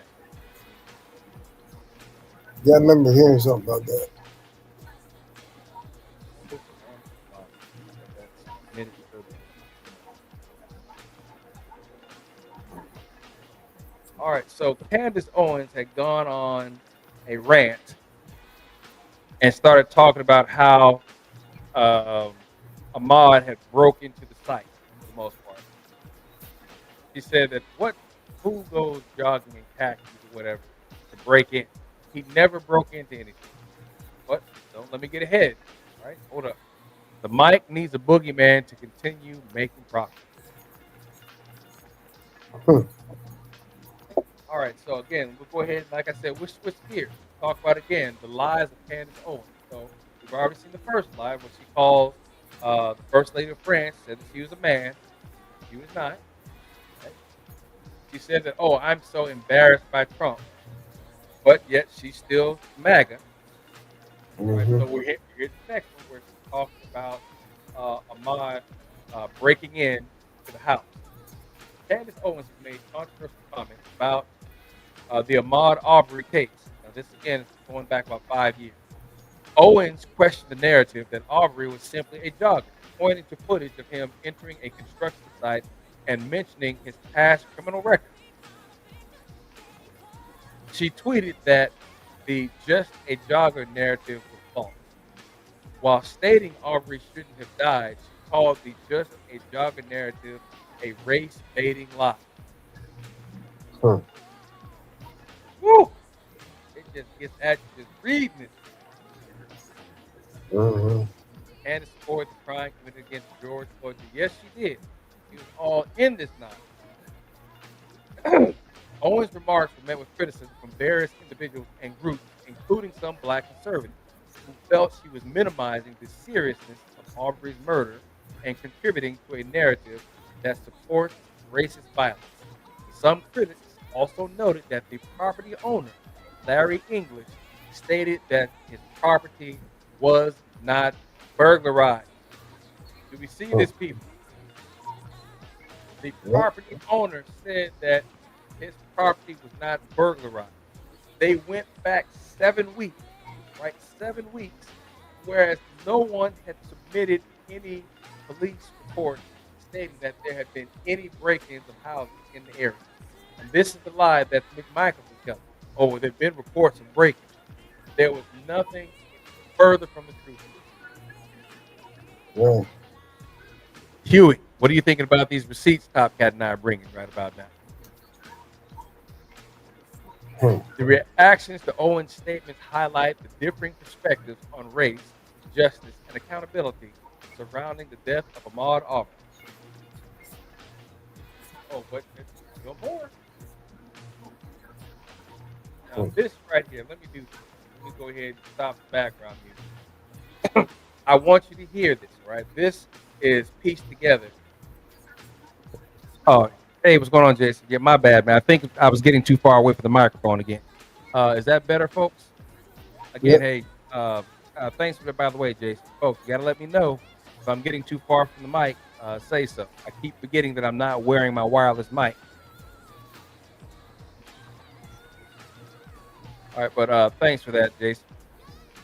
All right, yeah. So anytime it sounds glitchy, folks, you need to let me know because that means that I'm talking, and I'm getting away from the microphone because I'm forgetting that I'm not wearing my wireless mic set. So that's on me. Here's the microphone, by the way. So I'm gonna stop using this thing. I may go ahead and go wireless from now on. Hmm. All right. So what I want to do right now, folks, I'm going to go ahead. Let me stop. Like I said, stop the background music, and let's go ahead. Instead of me talking about Candace's lies, let me allow her to do that on her own. So I'm just going to stop it because I can't recall on whether or not if I made sure I wanted the audio to be heard. So let's just go ahead and just be on the safe side, and we'll just restart the session. Have her do the entire screen. Ah, shizzle. Hold up. Old man navigation. Hmm. Right. Entire screen. There we go. Now we've got audio. All right. So again, we're going to start this out. Fair use, fair use.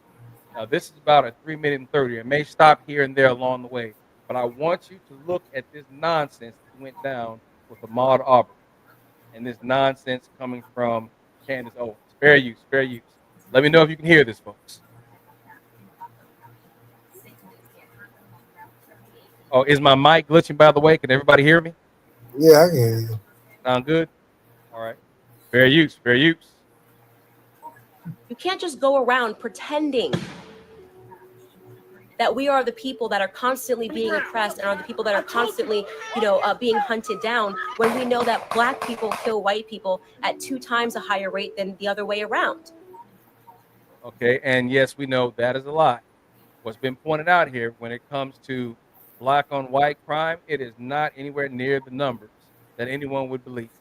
All right, you have the majority of blacks who kill blacks at a higher number rate that is equal by whites who kill whites at a higher rate. So you do not have this cross criminality of murder that she has hinted in different interviews.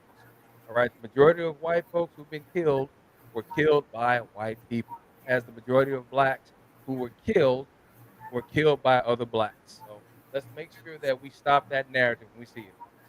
Fair use.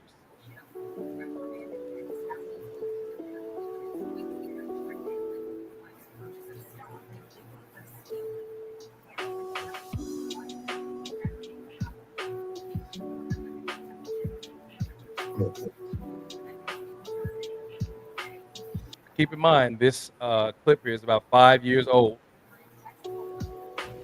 but still relevant about the lies that she keeps telling. Oh, there's more lies coming, folks.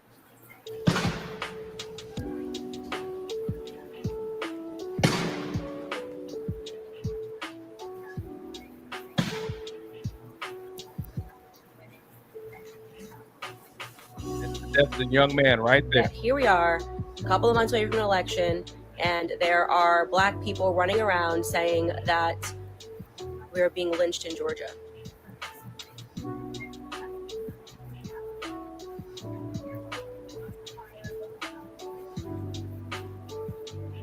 All right, so we just talked about that, did we not? Did I just not point this out? Ahmaud Arbery was caught on camera breaking into an unfinished property that was owned by Larry English. His mother has confirmed it is him in the video. Please stop with the just a jogger bullshit narrative. Avid joggers don't wear khaki shorts and stop to break in home. Ooh, hold my almost did. All right, so let me just go ahead and put this up here. This is going to be the next article, but let's go ahead and just do this right now. The owner of a home under construction in the Georgia neighborhood where Ahmaud Arbery was killed says he had reported no crime after surveillance video seemed to show the young man on the property. All right, again, Larry English has stated there was no break-in at his property. All right. Now let's go back once again and get back to this shit we see from her. Ahmaud Arbery was caught on camera breaking into an unfinished property that was owned by Larry English. Tell me, folks, where's my lie I'm telling right now? Ain't a lie. Caught in a lie. Oh, if I said doing Oklahoma. So race riot, there were easily over 300 killed and one. Yes. I think I covered that, Jason. I may need to go back and do a few more stories about that, to include stories about cities that are underwater or black cities that have been more or less floating, where they were filled with water and then turned into something else. But would lynching include murders of black persons, or is a lynching a rope hanging with large white crowd? No, a lynching, whether it is one white person and one black person, or numerous white folks, a lynching is the act of a black person being on the end of a rope. And I just want to say here that that is a sensitive subject to folks. TC, I wouldn't ask this unless you felt comfortable letting them know that, but would you mind explaining to Jason here of how the effect of lynching does not have to be one white person and one black person or a group of white people? No, I don't, because this what happened to my dad's father when he didn't want to sell his property.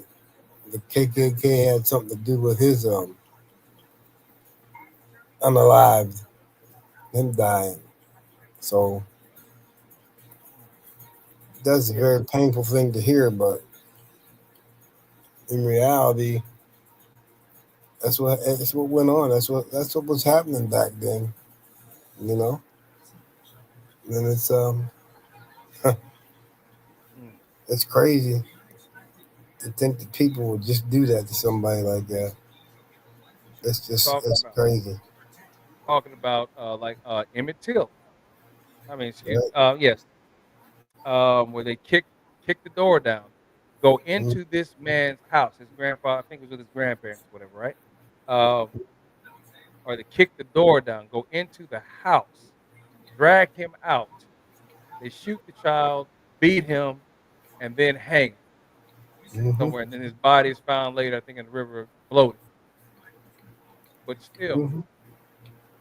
this is what was allowed or taken as okay. Well, as they said, the nigger should have known. The Right. nigger should have known. That was the attitude taken for that. Keep in mind, everyone who possessed that attitude were folks who were still, or I shouldn't say still, but who were at the time reading the foundational information of how the South was a cherished place full of rich heritage based upon the lies told by the daughters of the Confederacy, per them gaining control or access to publishing companies that were publishing the lost cause narrative in school books. Hmm. This was documented. I did a show on that also, illustrating how we had the Daughters of the Confederacy who had infiltrated education. Yeah.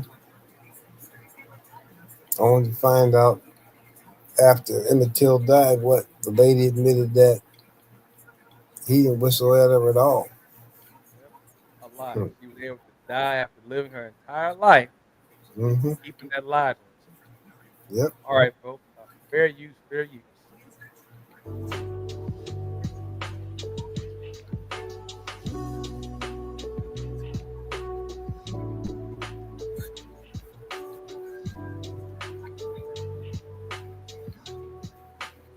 This situation is not about race. Huh.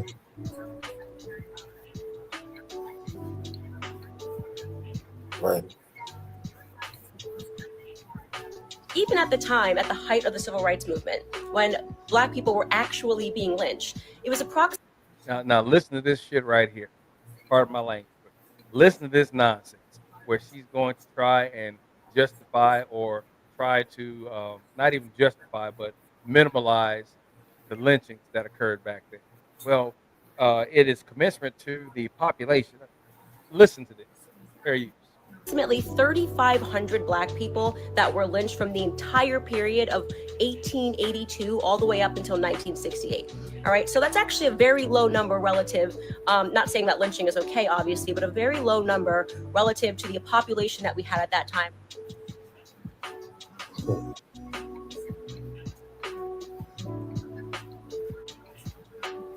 Did you catch that? My bad. I was checking out what Jason sent here. Yeah, Jason, we can take a look at that one of these days, sooner rather than later. But again, this is going back to this nonsense as I was saying before about how Candace just casually starts breaking down the issue or numbers regarding lynchings of blacks back then, starting from, I guess, the late 1880s. So again, let's try this up again. Fair use. That time.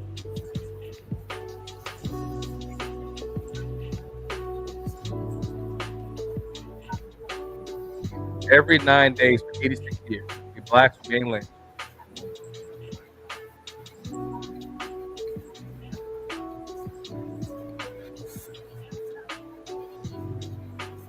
Lord have mercy. All right, yeah. You got the red hat on. Hmm. Mm-hmm. Mm. Sitting here with the red hat. Now, this is something that infuriates me. Chaotic Truth does this crap also, where he'll sit here and he put on his red hat Mm-hmm. and he will make these statements. He'll contradict them. Mm-hmm.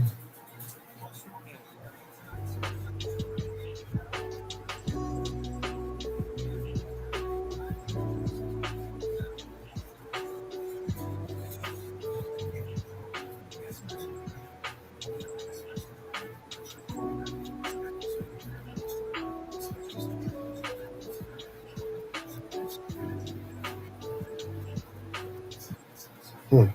Why is she so hateful? It seriously scares me. This is not how we grow our movement.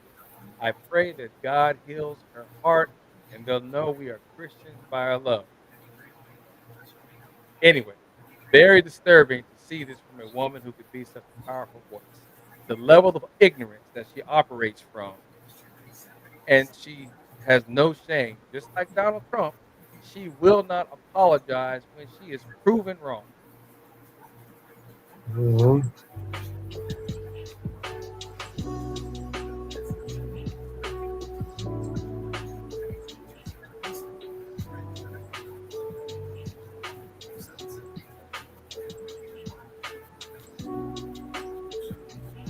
Slow this down just a second so everyone can catch it.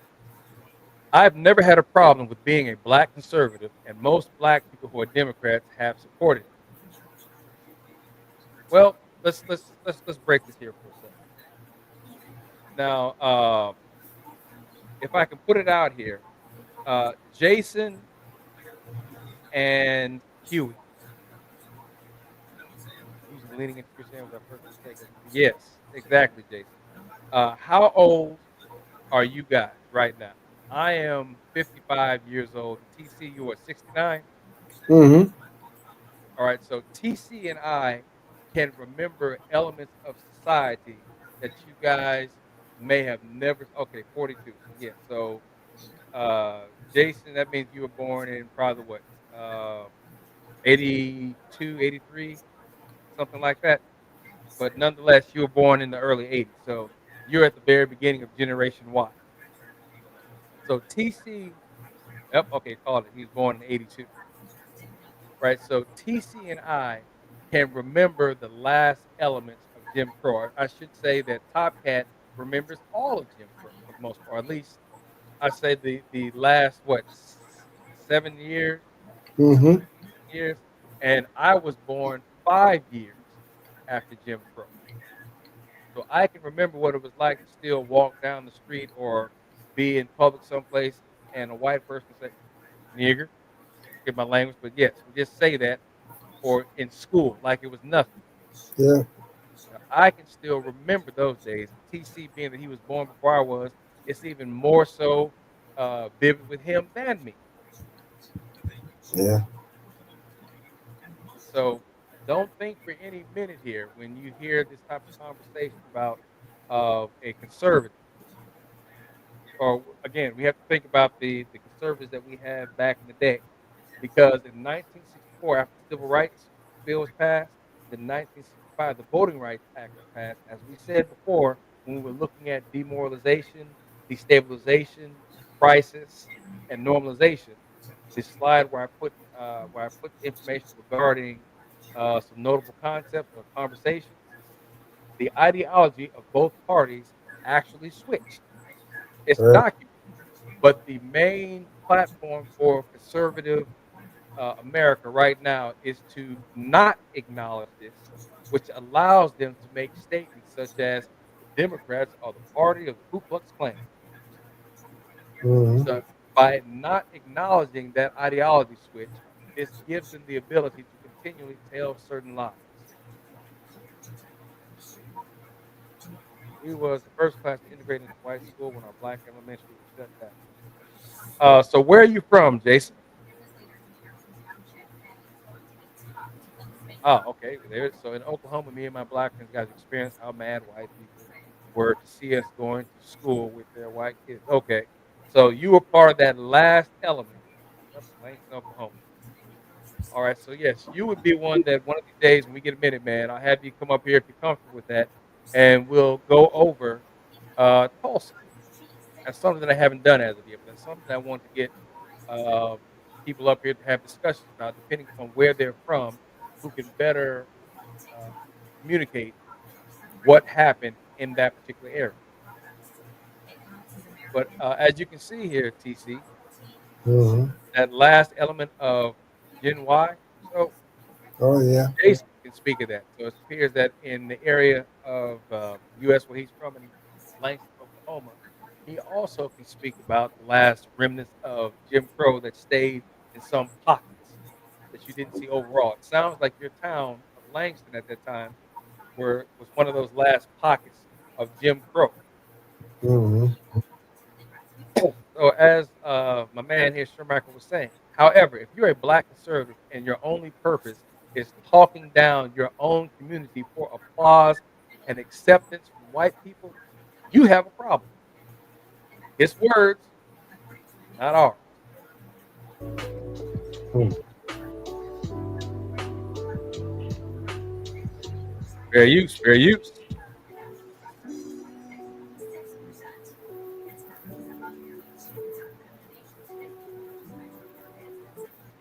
So after she was reportedly pressured, aka someone had to get in her ass about the lies that she was telling.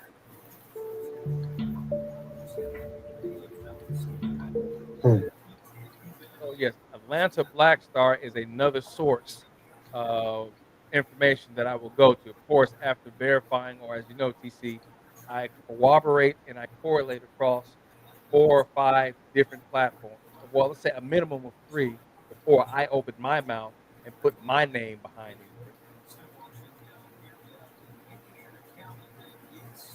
anything. Yeah. Langston is an all-black town. We had to go to school in Fort Oklahoma, the town next. All right, thanks for the clarification. Mm. That's something, man. So, and just the lies this guy was telling. Mm-hmm. All right, unchecked. No one was seeing to it to make sure that she was actually telling the truth about this. They just let her sit there and riff. I remember when she released the video that they were showing elements or pieces of her conversation. I want to say that she had a live stream, or it was probably pre-recorded, and it ran for at least 45 minutes to an hour. And still, there was more about this lying that she was doing. Check this out. Now, this was, I believe, the grill. Candace Owens argues Ahmaud Arbery shooting isn't about race, and it draws outrage. So this is more or less just going back over some of the things that she was saying in the video. But news publications did not miss on the lies she was telling. Now here's that tweet that we saw here in the previous video. Ahmaud Arbery was caught on camera breaking into an unfinished property that was owned by Larry English. His mother has confirmed it. So you see, this is the same tweet. So nobody missed that story. Everyone caught that lie that she was telling, and she never apologized for it. Check this out. The Mm. McMichaels claim they suspected Arbery of burglary before they chased him down in their pickup truck along with their guns. While there were several calls placed to 911 over Arbery's presence in the Satia Shores neighborhood, none such calls indicated Arbery was committing a crime. Mm. There's something. We would have been better off if we stayed in the original black school, black teachers, male and female. See, I don't know if I can agree with that, Jason, only because of the fact I grew up in an integrated society where it worked to the best of everyone, Mm. provided that you did not have those poison pills who were going to fight progress. Right. Then we had to go to all white teachers and had 0 black overseeing, if you would plead the fourth. Now I get, now at the same time, I get exactly what you're saying, Jason, because of the fact that there was no oversight of anyone black or anyone who would I don't want to say sympathize or empathize, but who would see to the best interest of the children going there. And this is going to my next point. They put 90% of us in special ed trailers. Yes. And that's next what I was going to say, that because you had no one there on your behest to speak to the betterment or illustrate the betterment of what you were capable of, the bigots and the racists had the opportunity to define you, which was wrong. So Right. I get what is happening in your area. So again, this is when I talk about the differences of where people were in America at the time. Where I was in America, in the military, it was an integrated society where you could not get away with what you're talking about right now. Our education was better at a black school, yes.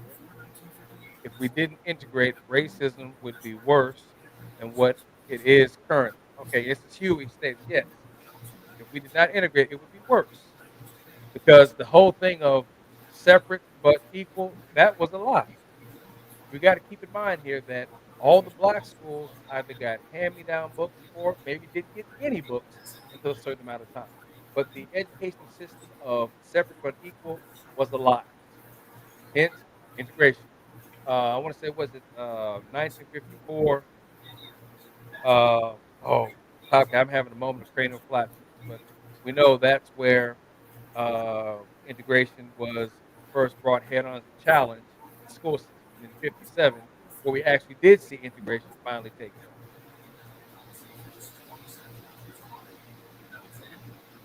Yep. It would be worse. It would just be more clearly in your face. Yes. Integration was happening. Mm. Uh, 149.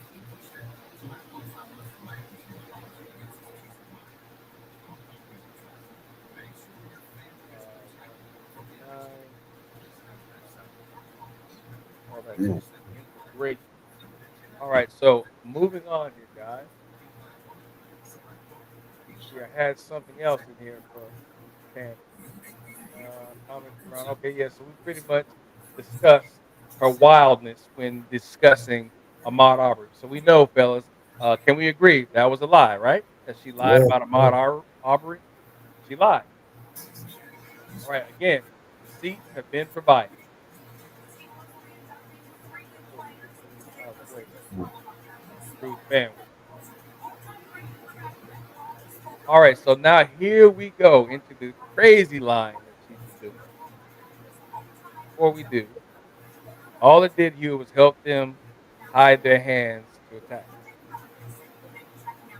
yeah, White kids were forced to grow up with black kids. That created an atmosphere for opposite races to see each other as human beings and not others. So what I'm looking at right now is that this is a perfect example of where we come from. So Jason is in an area or was in an area, or is it appropriate to say still, but nonetheless, Jason is in an area where integration did not work to their advantage initially. I don't know if it worked at all, but nonetheless, we still know that integration became the law of the land. But integration does not work if you do not have anyone there who is going to fight for it, who is going to see the worth of it, who is going to ensure that it's properly instilled. Hence why Jason said that 90% of the black kids were put in special ed, which was wrong, obviously, because we know that was another tactic that was used by racists to downplay the supposed intellect that black children did not have, which we know was a lie. So we know for a fact that by putting black children in special ed, that was just a way to try and create the narrative that blacks were unintelligent. yeah. Let me know if I'm wrong, anybody. I ain't right. So here's the next claim of lies that we go with. Fact check. Kamala Harris has long identified as black, contrary to Trump claims. Now, remember when Trump got in front of or on a panel where he had the black women having a discussion. I forget what school it was all of a sudden, but he stated, "Oh, is Kamala Harris black? I don't really know. She just came out as being black all of a sudden. First she said she wasn't, then now she's black. Does anybody really know? I mean, I don't care nonetheless. But is she really black?" And all it took was that nonsense from him, and now we have black people even questioning on whether or not if Kamala Harris was black. How ignorant can we be? Mm. Uh,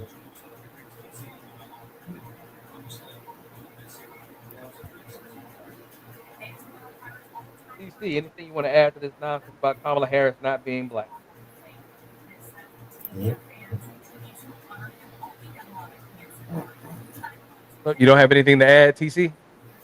Nah, go ahead, brother. All right, well, we'll keep on roasting it up here. What do we got? All right, so good. All right, so Republican candidate Donald Trump said at an annual gathering it was black journalists on Wednesday that his Democratic rival Kamala Harris had downplayed her black heritage in the past. The narrative, which quickly spread on social media, is false. Similar posts were fact checked by Reuters in 2020 when she became the first black and Asian American woman to serve in the second highest office in the country. This and other misinformation about Harris has resurfaced since she launched her White House campaign in July. So this goes Mm. down to it. Let me find this. Here we go. She was always of Indian. This is Donald Trump. She was always of Indian heritage, and she was not.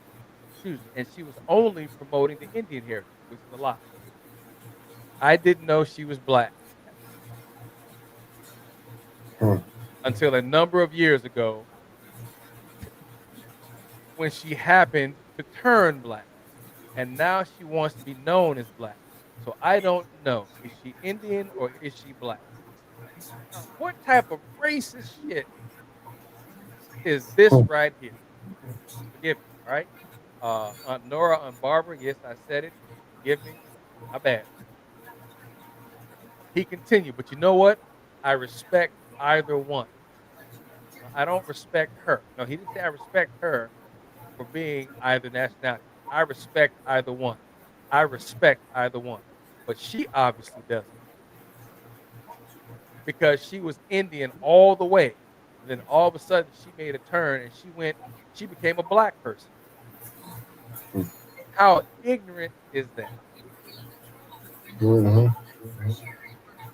The Don't make no sense.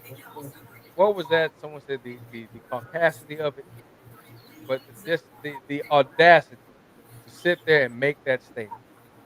She has Mm-hmm. never denied it, and it goes on a little bit further down here. Contrary to Trump's statements, however, Harris has long publicly identified as both Black and South Asian American. Kamala Harris was born to an Indian mother and a Black Jamaican father. All right, any of you FBA clowns who may see this down the road later, if this video finally strikes, a Black Jamaican father, both immigrants to the United States. The U.S. Census includes people of Jamaican heritage among racial groups considered to be Black. black. Black. Yep. Hear me? Considered to be black. Yep. Her White House biography says she is the first woman, the first Black American, and the first South Asian American to be elected vice president. And I'll read this one last thing here so we can get a move on here because we've just hit the 2 hour mark. And like I said, TC, when you and I start spitting it, we start putting it out, we start going there. In a 2016 feature for the New York Times Magazine, Harris talked about her mother's choice of community for her and her sister Maya, her younger sister Maya, after her parents divorced, and referred to herself as a black person. She had two black babies, and she raised them to be two black women. Where's the misconstrue here, people? Where's Trump and Candace getting this nonsense from? Mm. Huey, you got something for that to add to this? By all means, guys, I want you guys to participate. If you want to get some words in, here's the time. Jason, anything else that you want to add to this as well? By all means, guys, this is what we're here to do. We're here to share the receipts that we bring with us.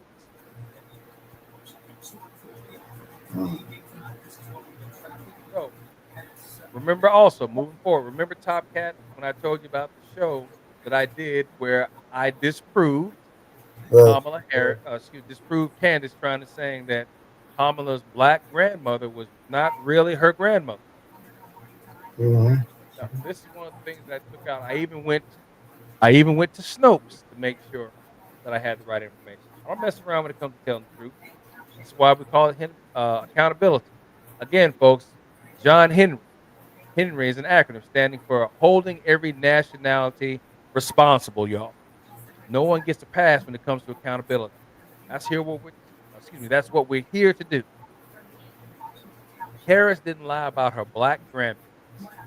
I'm only prodding the narrative here, conspiracy theorist Candace Owens claimed, because I'm going to need proof that she's black. Hmm. Here we are again. Who is the common denominator in the majority of lies being told these days?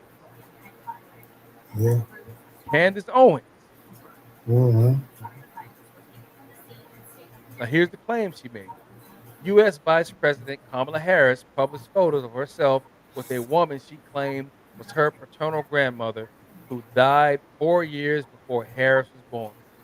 False. Harris's paternal grandmother died in 1995 when Harris was 31. An unrelated woman at the center of the claim died in 1960. Hmm. Here we go. Here's Huey. My only issue was the fact people made a huge issue about her race. I'm not voting for a person's skin color. Exactly. You're voting about the issues at hand. We don't want to be one issue voters.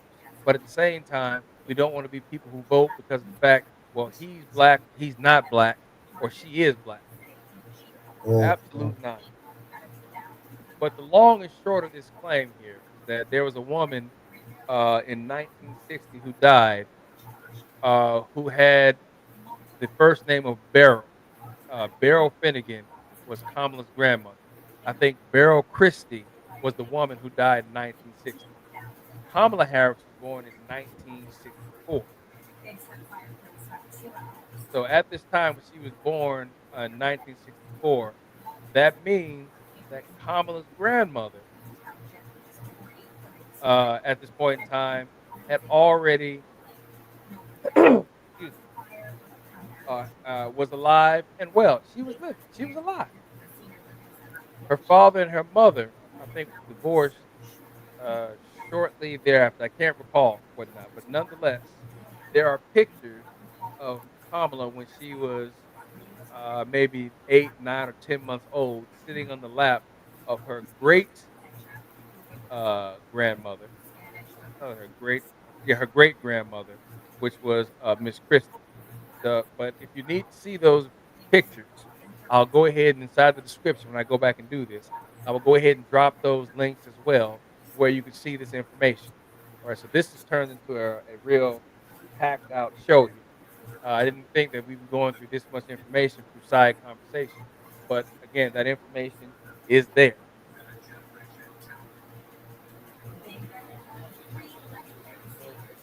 So back, yeah, we'll have to backtrack here because I think we got left some things out as far as timestamp. But nonetheless, the long and short of this is that this picture that we see up top, this was taken a few months before her grandmother died. But Kamala was 31 at the time when this picture was taken. But this was a lie that was told by Candace Owens. Now, she even went as far as talking about death certificates. And she had the wrong birth and death certificates that were presented. And again, in this article, that was even highlighted and identified. So you can see the birth of her mother and of her great grandmother, of her grandmother, excuse me, in 1917. Yeah, Finnegan, mother, yes. So all this information is available for anyone who wants to go back and see it. It wasn't hard to find. It was not Mm-hmm. hard to come across this information if you take the time to correlate what you are looking at. Remember the part in the very first Jurassic Park, everyone, where they talked about, well, we were missing elements of dino DNA, so we substituted amphibious. Oh, getting away from the microphone again. We substituted amphibious DNA. Remember that scene in the movie? Anyone? So because they could not put it all together, they just threw something in the middle to make the connection. That is exactly what Candace Owens did. Because she couldn't figure out the marriage records, she couldn't figure out the death certificate or the birth certificates, or she couldn't get anything as exact as she needed to. She just grabbed something that was close, put it together, and said, "Ah, I figured it out." Mm-hmm. Absolutely untrue. But in the end, as I'm saying here, all the information that validated who Kamala Harris was, where she came from, it was put right here. Miss Iris, this is her great grandmother, died in 1981. So the whole genealogy was here.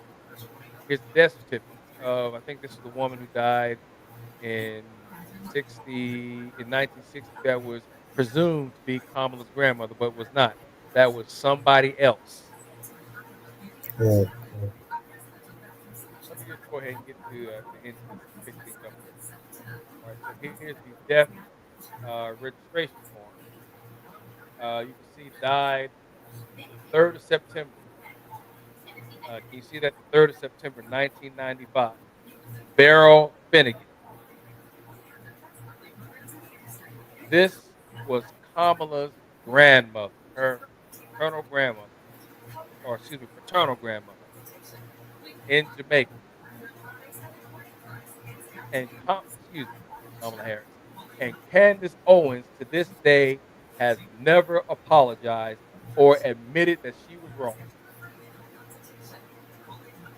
as is everything else we're going to continue to see. Question. Something.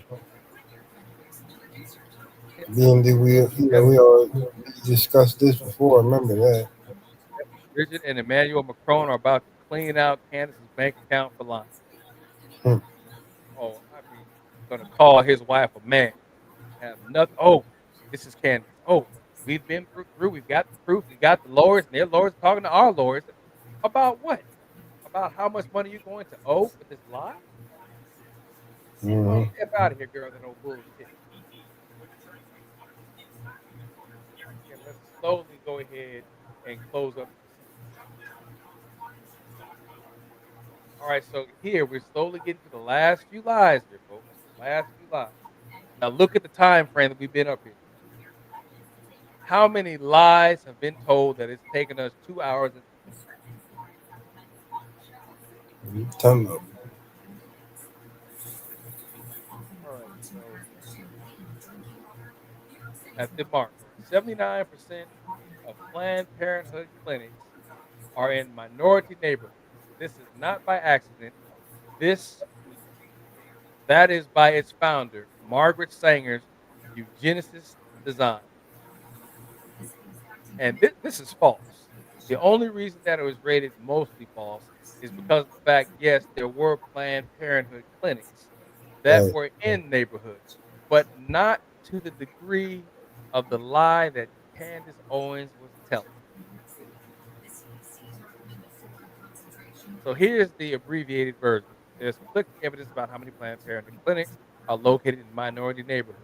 Sanger has been criticized for supporting eugenics, but scholars say her allegiance to the movement concerned public health, not race, which was true. She also didn't support abortion, and none of her clinics performed the procedure until after her death.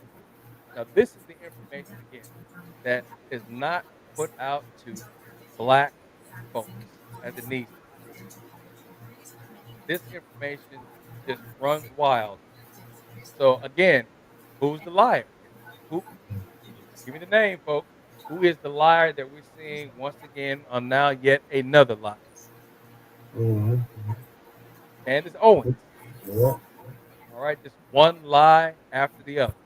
Conservative commentator Candace Owens is no fan of Planned Parenthood, the nonprofit organization that has provided reproductive health care, including abortion services for decades. Now, again, during Margaret Sanger's lifetime, she never wanted abortion to be performed unless it was a last stated action to save the life of the mother. But through the course of her years, there was never an abortion performed inside of a Planned Parenthood clinic until after she died because she felt that reproductive health was the most important thing to guarantee the health and safety of the mother and child, both white and black. But you don't hear that part. You don't get that part. But by the way, people, you take a look here, PolitiFact. This is another organization for news that I go to if I'm looking for facts. Right, they're part of the Poynter Institute. You have the National Fact Checking Association, who ensures that any type of statistic that is put out is peer reviewed and fact checked before it is released. And you have certain organizations that belong to the National Fact Checking Agency to ensure that you get the most accurate information that's put forward. And that's who I go to for the information that I present. So again, this was a complete lie told by Candace Owens about Planned Parenthood. Hmm.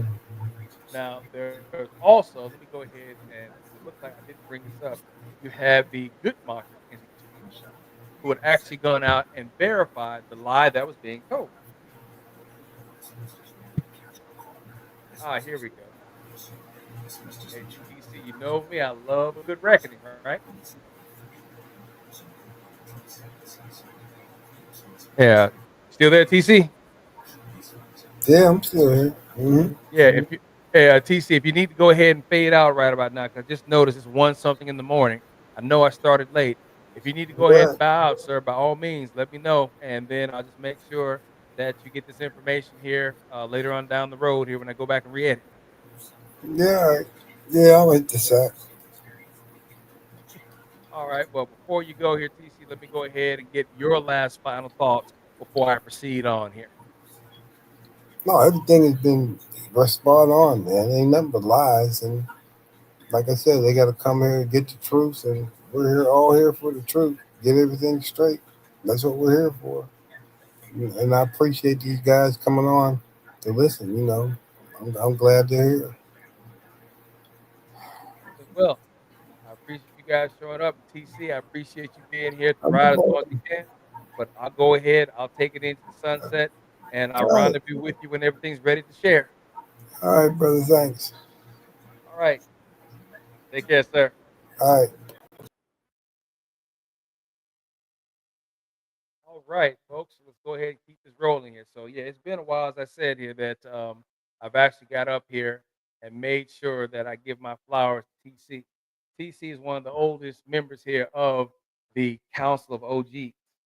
One of the main reasons that I sought TC out is because of the fact that I wanted to make sure that I had someone who could speak to a history of America that the majority of you born after 1990 have no knowledge of, have never seen. Therefore, you cannot truly relate. That is the problem that we're having right now. A majority of you born after 1995 have no connection to the history that TC and I have seen. Maybe even we'll say Jason Washington himself being born in '82. He can remember the last few elements, obviously. But for those of you who have never seen top shelf racism, TC and I can still recall those days. Him living during Jim Crow or the last 7 years of Jim Crow, and me being born 5 years after. So a lot of the stuff that we're seeing, that we're discussing right now, this has been part of a long game. And it is all fully coming to fruition right before I'll say the silent generation or the baby boomers of that era die. They have lived to see the conservative long range plan come to fruition in their time frame, and believe me, they are happy. All right, getting back to this. So we're talking about the lie that Candace Owens was saying that 79% of Planned Parenthood was in black and minority areas.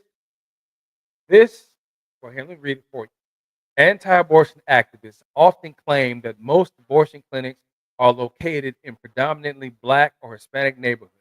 However, this claim, offered as supposed proof that abortion providers target minority women, is false. Again, people, where am I telling lies? God, Huey. I was fortunate to have parents and grandparents teaching me history that my school didn't. Yes, that is something nowadays that we have to be careful of, because they are now offering revisionist homeschool information packets. They are literally saying that slavery was black immigration. But here's the problem. What was being left out is that they did not say that it was forced black immigration. It was just stating that it was black immigration. That's a separate story or show that I was looking to do next week. If I don't do a full show, I might do again what I call a message, which will be anywhere from 3 minutes, but no longer than 25 minutes. And I may put that together because doing a lot of lives, you see here, that's a lot of time spent and a lot of editing having to be done here.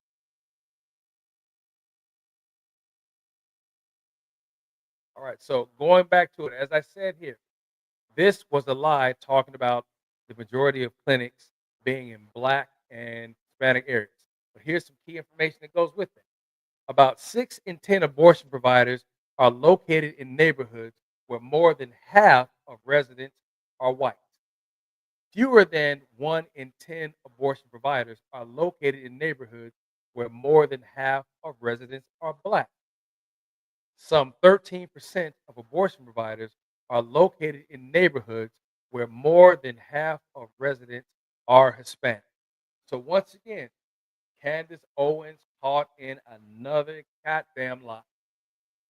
But when you try and tell this to black people at large nowadays, that's a lie. That's a lie. Candace already debunked that.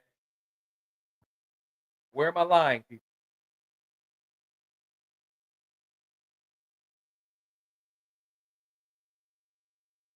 Here we go. Yet another one. Was Planned Parenthood started to control the black population? This was another lie told by guess who? Hmm? See, this was a combo lie. This was Candace Owens and Ben Carson. Now you remember who Ben Carson was, Mr. Gifted Hands. He was put in charge of HUD, I believe, during the first presidency of Donald Trump. Yeah, this was his nonsense. Ben Carson alleged in an interview with Fox News Wednesday, and again, this is an article back from the 14th of August, 2015. Ben Carson alleged in an interview with Fox News Wednesday that Planned Parenthood puts most of its clinics in black neighborhoods to control the population and that its founder, Margaret Sanger, was not particularly enamored with black people. That is a lie. She went out of her way to ensure that blacks were given the same access to information and reproductive health as whites. But you will not hear that spoken of because of the fact that Candace Owens' lies will always get there first.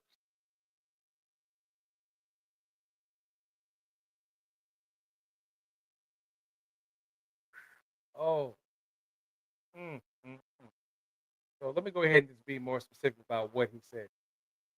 Maybe I am not objective when it comes to Planned Parenthood, but I know who Margaret Sanger is. No, he does not. And I'll show that here in a moment.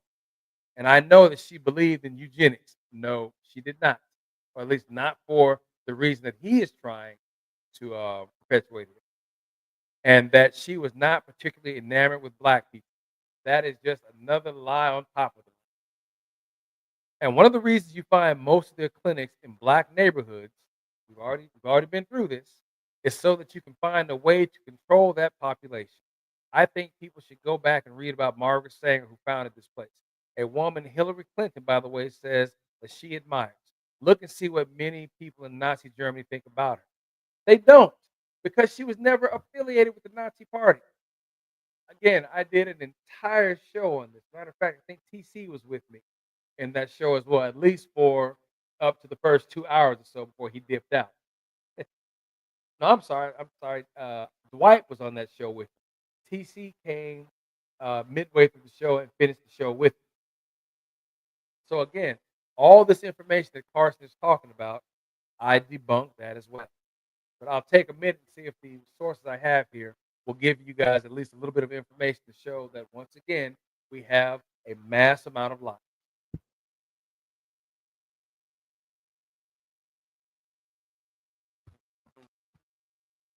I am doing a horrible job of staying together with my time stamp, but we'll come back.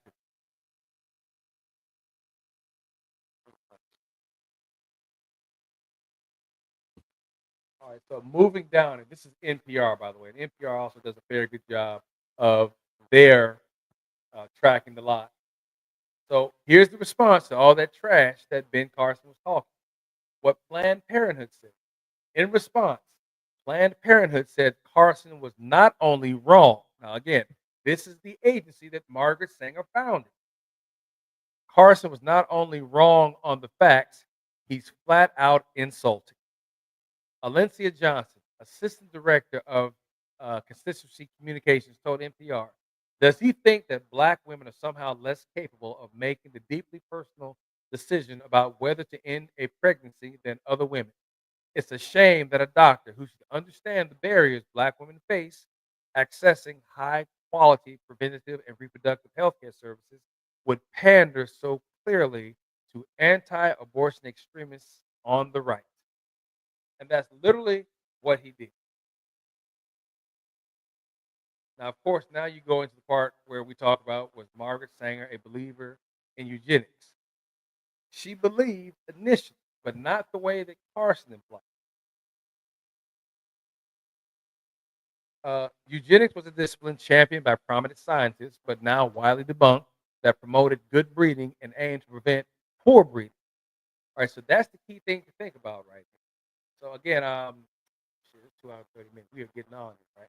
So in a nutshell, you guys see here. Let me make sure that you know where the article is and where to get the information from. So just to put this, to break this down here, folks. Margaret Sanger's interest in eugenics. Again, you can find it all in this article right now. Her interest in eugenics was about the the aspect of humanity and not about race. She was interested in breeding out poor genetics for everyone to ensure the most healthy child, not the most healthy race. That's what the Nazis bastardized eugenics about and made it about race, about breeding out, excuse me, the inferior aspects, meaning that they would breed out the inferior races to ensure that only the supreme race, the Aryan race, blonde hair and blue eyed, will be what was left. That's not what she was advocating. She was about breeding out illnesses, or let's say if there's a gene for uh, childhood polio, or maybe something to do with poor eyesight, something along those lines. What she had her initial interest in eugenics about breeding out the debilitating aspects of the human condition, not the race.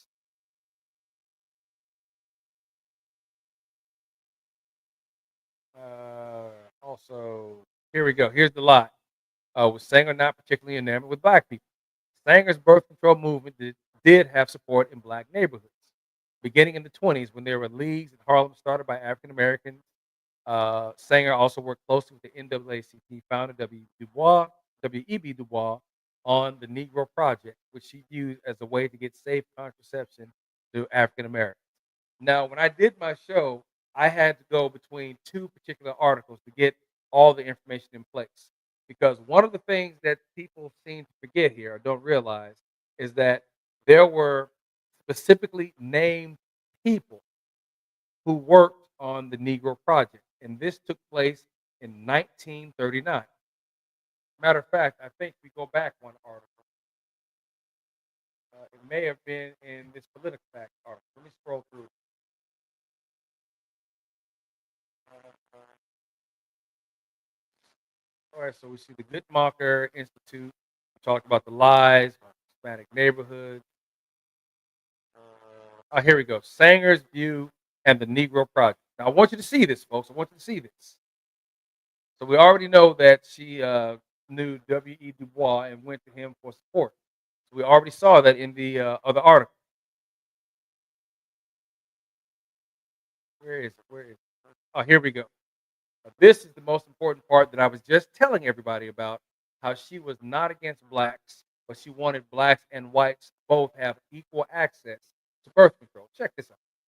During Sanger's time, one scholar wrote, the purpose of eugenics was to improve the human race by having people be more healthy through exercise, recreation in parks, marriage to someone free from sexually transmitted diseases, well baby clinics, immunizations, clean food and water, proper nutrition, non smoking, and drinking.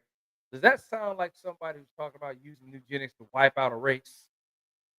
But again, in the beginning, this was the concept that eugenics was going down before the Nazi Party got a hold of it and bastardized it to what we know eugenics to be today.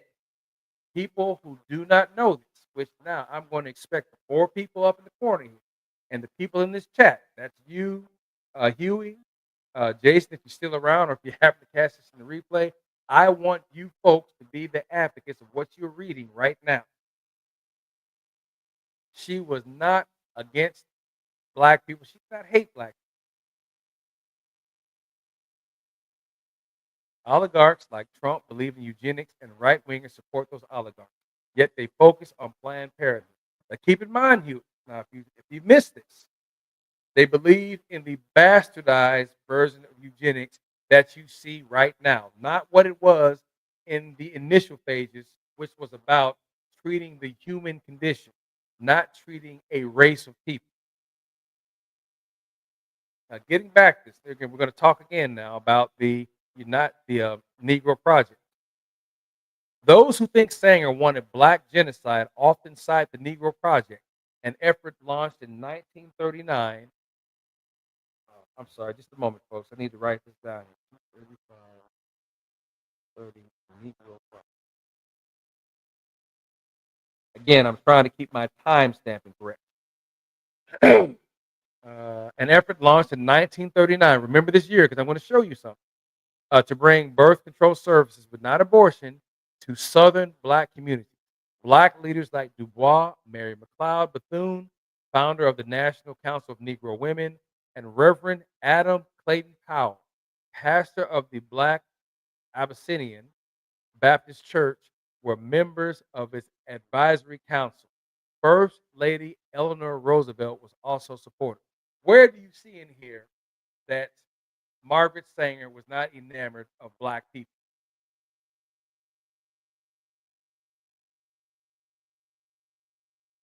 So what you have here also, let me go to this. There was a misquote of a statement that she had shared with the people that I just mentioned above who were part of the Negro Project to let them know what it would entail to be a part of the project and what was expected to be happening, or what was expected to happen. Excuse me. Sanger has been criticized for a particular statement from a 1939 letter she wrote advocating that organizers recruit black ministers for the project. All right, so this is the out of context version. And it was quoted that she said such. And again, this is taken out of context because context was missing. We don't want word to go out that we want to exterminate the Negro population. And the minister is the man who can straighten out that idea if it ever occurs. All right, so this was a lie that was told. And this is most likely what Ben Carson was trying to refer to when he stated that she was not enamored of black people. But reporting by PolitiFact Georgia found Sanger was advocating, notice, advocating for black doctors and ministers to play leadership roles in the project to avoid misunderstanding. She was not suggesting genocide. All right, so in this next paragraph, oh, I'm sorry there, I missed you, man. Obfuscation and omission are the most effective lies. Yes, they are. And as you can see here, it was utilized in order for this misinformation to be made about her belief and position working with blacks. As I said before, keep in mind when I read this thing, this is going to be her full statement that you did not see in the previous statement that I just mentioned. In addition, scholars note that her views on abortion were far from those of an advocate, in her own words. And again, we are going to get more context that was not provided before. Although abortion may be resorted to in order to save the life of the mother, the practice of it merely for limitation of offspring is dangerous and vicious. Now, you see right there, she did not support abortion. While she strongly condemned the practice, Sanger felt that it was a woman's duty and right to have for herself the right to say when she shall and shall not have children. Hence is why she put her time into ensuring reproductive health for both black and white women.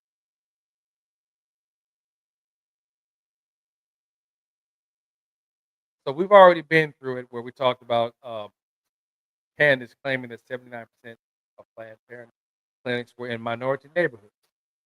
All right, we know that this was a lie. Rather than me read it all through again, we'll just go ahead and get back to it.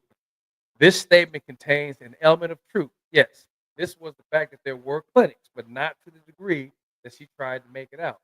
This also goes to the fact that while there was support from Sanger in the beginning for eugenics, it was not support that is being made out of she was trying to exterminate the black population. She was trying to control the black population. She was trying to breed um, black population out of existence. No, she was not in eugenics initially for that. She was in it for the human condition to breed sickness and illness, whatever else, out of the human condition, not for the purpose of breeding a race to be stronger than the other. Hence why they rated it mostly false. But clearly you can see that it was nothing but falsehoods being spoken about her.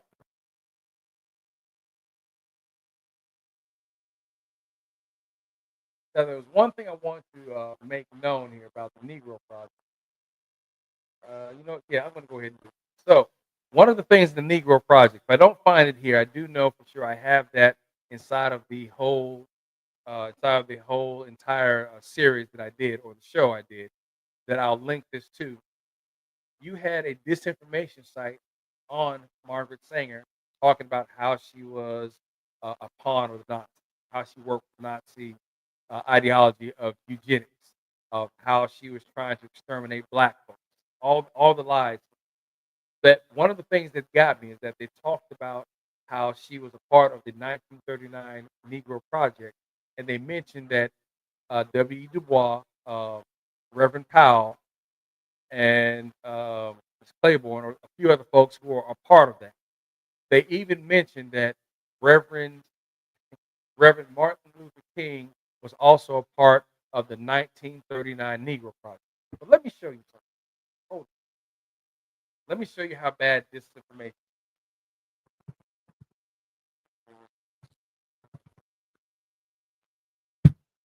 I want to show you something. So, and one of these pages that was disparaging Miss Sanger, it said that Martin Luther King was also one of the folks consulted for the 1939 Negro Project. When was Martin Luther King born? Or excuse me, Martin Luther King Jr. When was the man born? He was born in 1929. He would have been 10 years old when the Negro Project took place. But yet there is written documentation from, I believe it's the University of Chicago. This is a disinformation from someone. I'm not saying the entire institution of the University of Chicago is full of misinformation, but this was written back in 1930, in the 1930s and 40s, where someone, or let me rephrase that, someone did a paper claiming that Martin Luther King Jr. was one of the people who consulted on the 1939 Negro Project, and you can see right here the man was born in 1929. These are the type of lies that were being told about Margaret Sanger.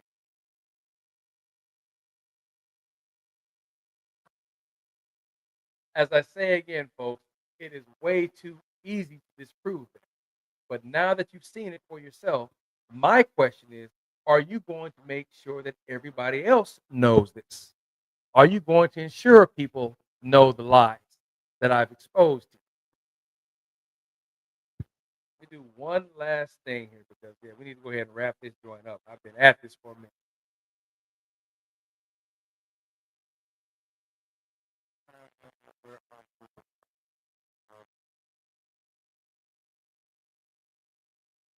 So this right here, this was a 5-minute message I put together. I wanted it to be a short, but it took way too long because there was just too many lies to address.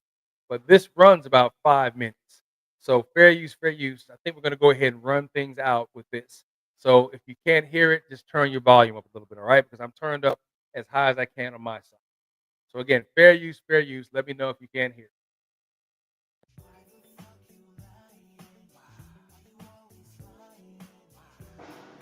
Here are 6 lies that black conservatives routinely tell other blacks because we do not fact. Number 1, 79% of Planned Parenthood abortion clinics are in black and Hispanic neighborhoods. This lie is demonstrably false. PolitiFact and the Guttmacher Institute both disprove this claim. Information will be provided. Number 2. Keep in mind, everything that they're talking about right now, at least the majority of what I showed you here, I have already disproved. So you know The first few here are lies that have been debunked. Now, there are 6 lies. Notice 6 lies black conservatives keep telling. So I address a few more of these lies inside of this video here, right? And this short is available on YouTube. Just look for the title, 6 Lies Black Conservatives Keep Telling, or go to my page and you can run down through all the videos. I'll make sure again that I put this inside the description that I'll do later on this morning. Very useful. Let's keep it going. Planned Parenthood clinics were put in black neighborhoods to control the black population. Let's not be surprised. This is false. On August 14th, 2015, NPR News did a fact check of the statement by Ben Carson and found it to be false. Number 3, Margaret Sanger, the founder of Planned Parenthood, was a supporter of the Nazi Party. Don't be surprised if I tell you that this also is false. We proved this. In the August 14th, 2015 article written by NPR, doing fact checks of Planned Parenthood, it showed that Margaret Sanger not only was not a supporter of the Nazi Party, but she was fully invested in the reproductive health of blacks, as shown by her inclusion in the 1939 Negro Project. Number 4. Now here is the biggest lie out of all of this. The federal government kicked black men out of the house to separate black families. Come on, black people. False. The man in the house rule was not a federal statute. However, to have it explained properly, it was a term used to describe policies adopted by some states that denied welfare benefits to families, primarily black families, if a male resided in the household, regardless of whether he was in the role of the father or provider support. Now, funny enough, people don't know that the Social Security Act passed in 1935 by Franklin Delano Roosevelt was primarily for whites only. It wasn't until later that blacks were allowed to be included under the program to allow poor families to have the benefit of assistance from the state. Furthermore, the man in the house rule was formally struck down by the Supreme Court in 1968. Now, this is something that you will not hear any black conservative, whether it be Candace Owens, uh, Byron Donalds, Tim Scott, or even inside of the social media space that most of us keep up, Angry Man, Kelly, whatever her lion tail is. You put it out there. You will not hear them tell anyone this statement, either because they know the truth and won't tell anyone, or they don't know it at all. King versus Smith. This completely wiped out the use. Not that anyone here, again, they don't fully know this. This completely threw it out the window. The man in the house rule. This is, again, was something that was being utilized in a decentralized fashion that only, or I shouldn't say only, but that mostly impacted black families. The federal government had nothing to do with putting the black man out of the home. But yet you talk to the majority of black Americans, oh yeah, man, the federal government was kicking the black man out of the house. No, they were not. Now, what people don't seem to understand is that at this time, during the 1950s or so, you're talking about a revolution or a change in what's being done in factories. We're talking automation. And the majority of blacks, up until that point in time, had worked with their hands. Blacksmiths, sanitation perhaps, road work, construction. So you have all this automation that is going on that black men are not getting training on in initially or at the time. So what happens? Many black men could not find work. Therefore, there's a level of black relationship that is completely pushed to the side and not considered because black men could not find jobs during this time period. So a majority of them migrated north, or those who stayed around, they couldn't marry the woman they wanted to because of the fact they didn't have the employment that they needed to support a family. Now, let's keep in mind now, inflation has always been rising and costs have always gone up. So again, this is another aspect that's not spoken of. Rather me sit here and mention that, I'll need to find a video by Michael Imhotep, who runs the African American News Network. He teaches shows over there for people who are not familiar with some of the information that I'm speaking of right now. But fair use. Let me get back in. Done that, you still had welfare agencies who, based upon the decentralization of the Social Security Act, still operated in utilizing this particular unofficial statute more so against single black families, being a mother with children without a father in the house, as opposed to white families, being a single white mother without a father in the house. Number five, and here's another big one. The Republican and Democratic parties did not switch ideologies in the 1960s. This one right here is a sizable red flag false.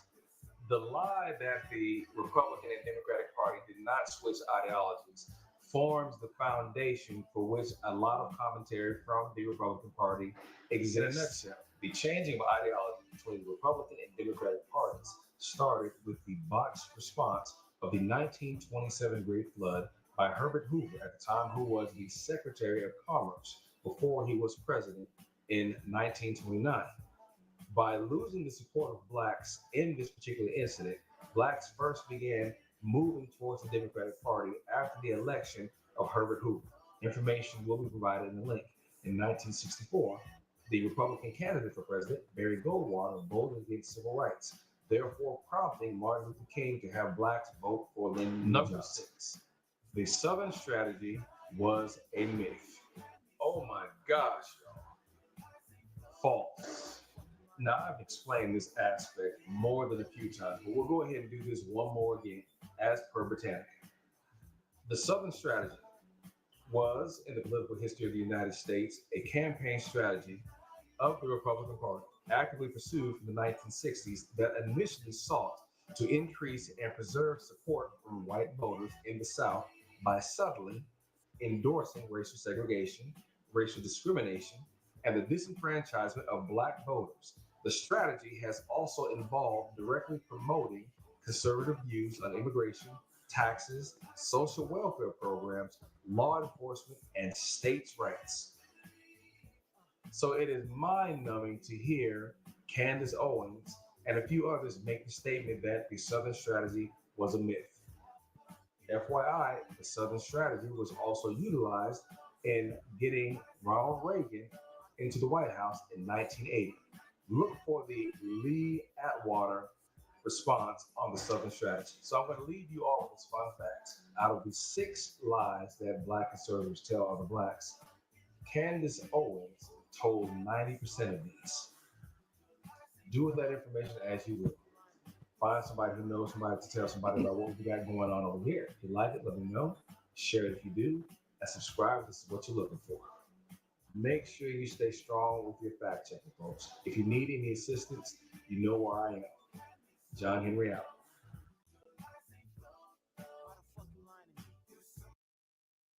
All right, so I apologize if that took a while, folks, but I just wanted to make sure that you knew here that I don't mess around when it comes to fact and accountability.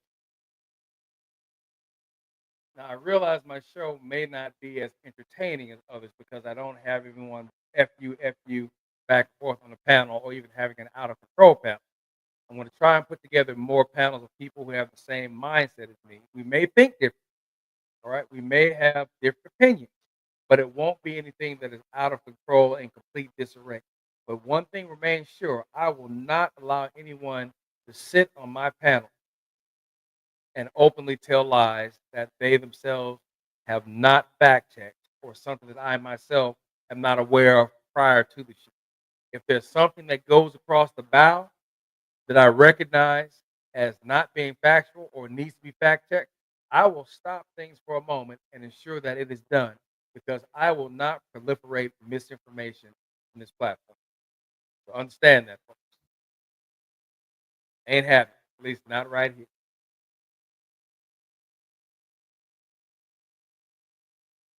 All right, so we take it back. I believe that should be about it for the show. We have been in here almost, what, 3 hours. So as I said before, when TC and I get going, we don't spare anything about the truth. If there's any additional information that comes up along the way, we'll share that. If anyone is in the chat and they have questions, they interact with us, we will do that. All right, understand. My crew here, Council of OGs. OG standing for old school gents with old school guidance. Now, we do have a young lady who is with us who's already in bed sleep, no doubt. Alicia, aka Hunting Wisdom. So think of us as three OGs and the lady. All right. Well, I appreciate anyone who stuck it out this long. You, I thank you for joining. Jason, you probably faded out for the evening as well. To the two people left remaining, looking from the clouds, thank you for sticking it out for this far. Huey, before I bounce out of here, man, is there anything that you would like to add here for a closing statement? I'll go ahead and wait a couple of seconds, but I think we have a 10 to 15-second delay.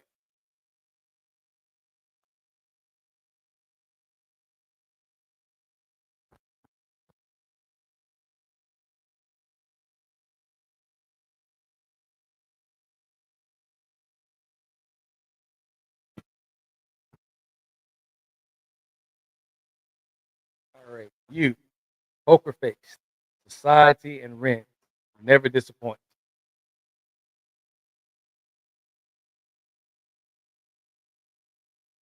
All right.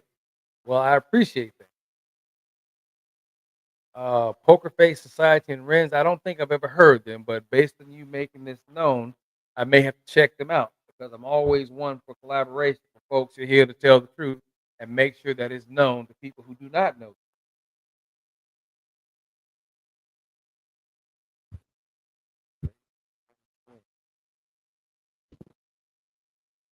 All right, and again, thank you for turning on notifications. If you know of anybody else who may be looking to be edutained, or we'll call this edutainment, right? Because I am education first before entertainment.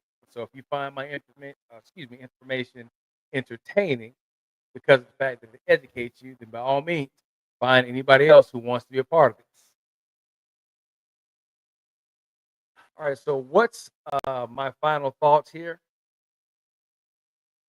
folks? You have got to make sure that you stay informed and get into a stream of information that you can validate. Facts don't choose sides. And that's just what it comes down to. Reality is always going to fall on the side of factual information. Kamala Harris is a black woman, believe it or not, unbeknownst to what you would hear from other circles out here telling those lies. That is clearly and demonstrably false. But yet there are black people who will not accept this, even though I have broken it down. Snopes, Reuters, NPR, numerous other channels have made it clear Kamala Harris is a black woman, but we still have pockets of resistance. And we'll deal with that later. All right, folks, find somebody who knows somebody to tell somebody about what we've got going on over here. If you like it, let me know. Share it if you do. And subscribe if this is what you're looking for. Again, thanks to anyone who was able to join this. I appreciate you. Huey, I've also got to say thank you for sticking in for this long and drawn out telecast, all right? I'll see you next time if you join. John Henry out.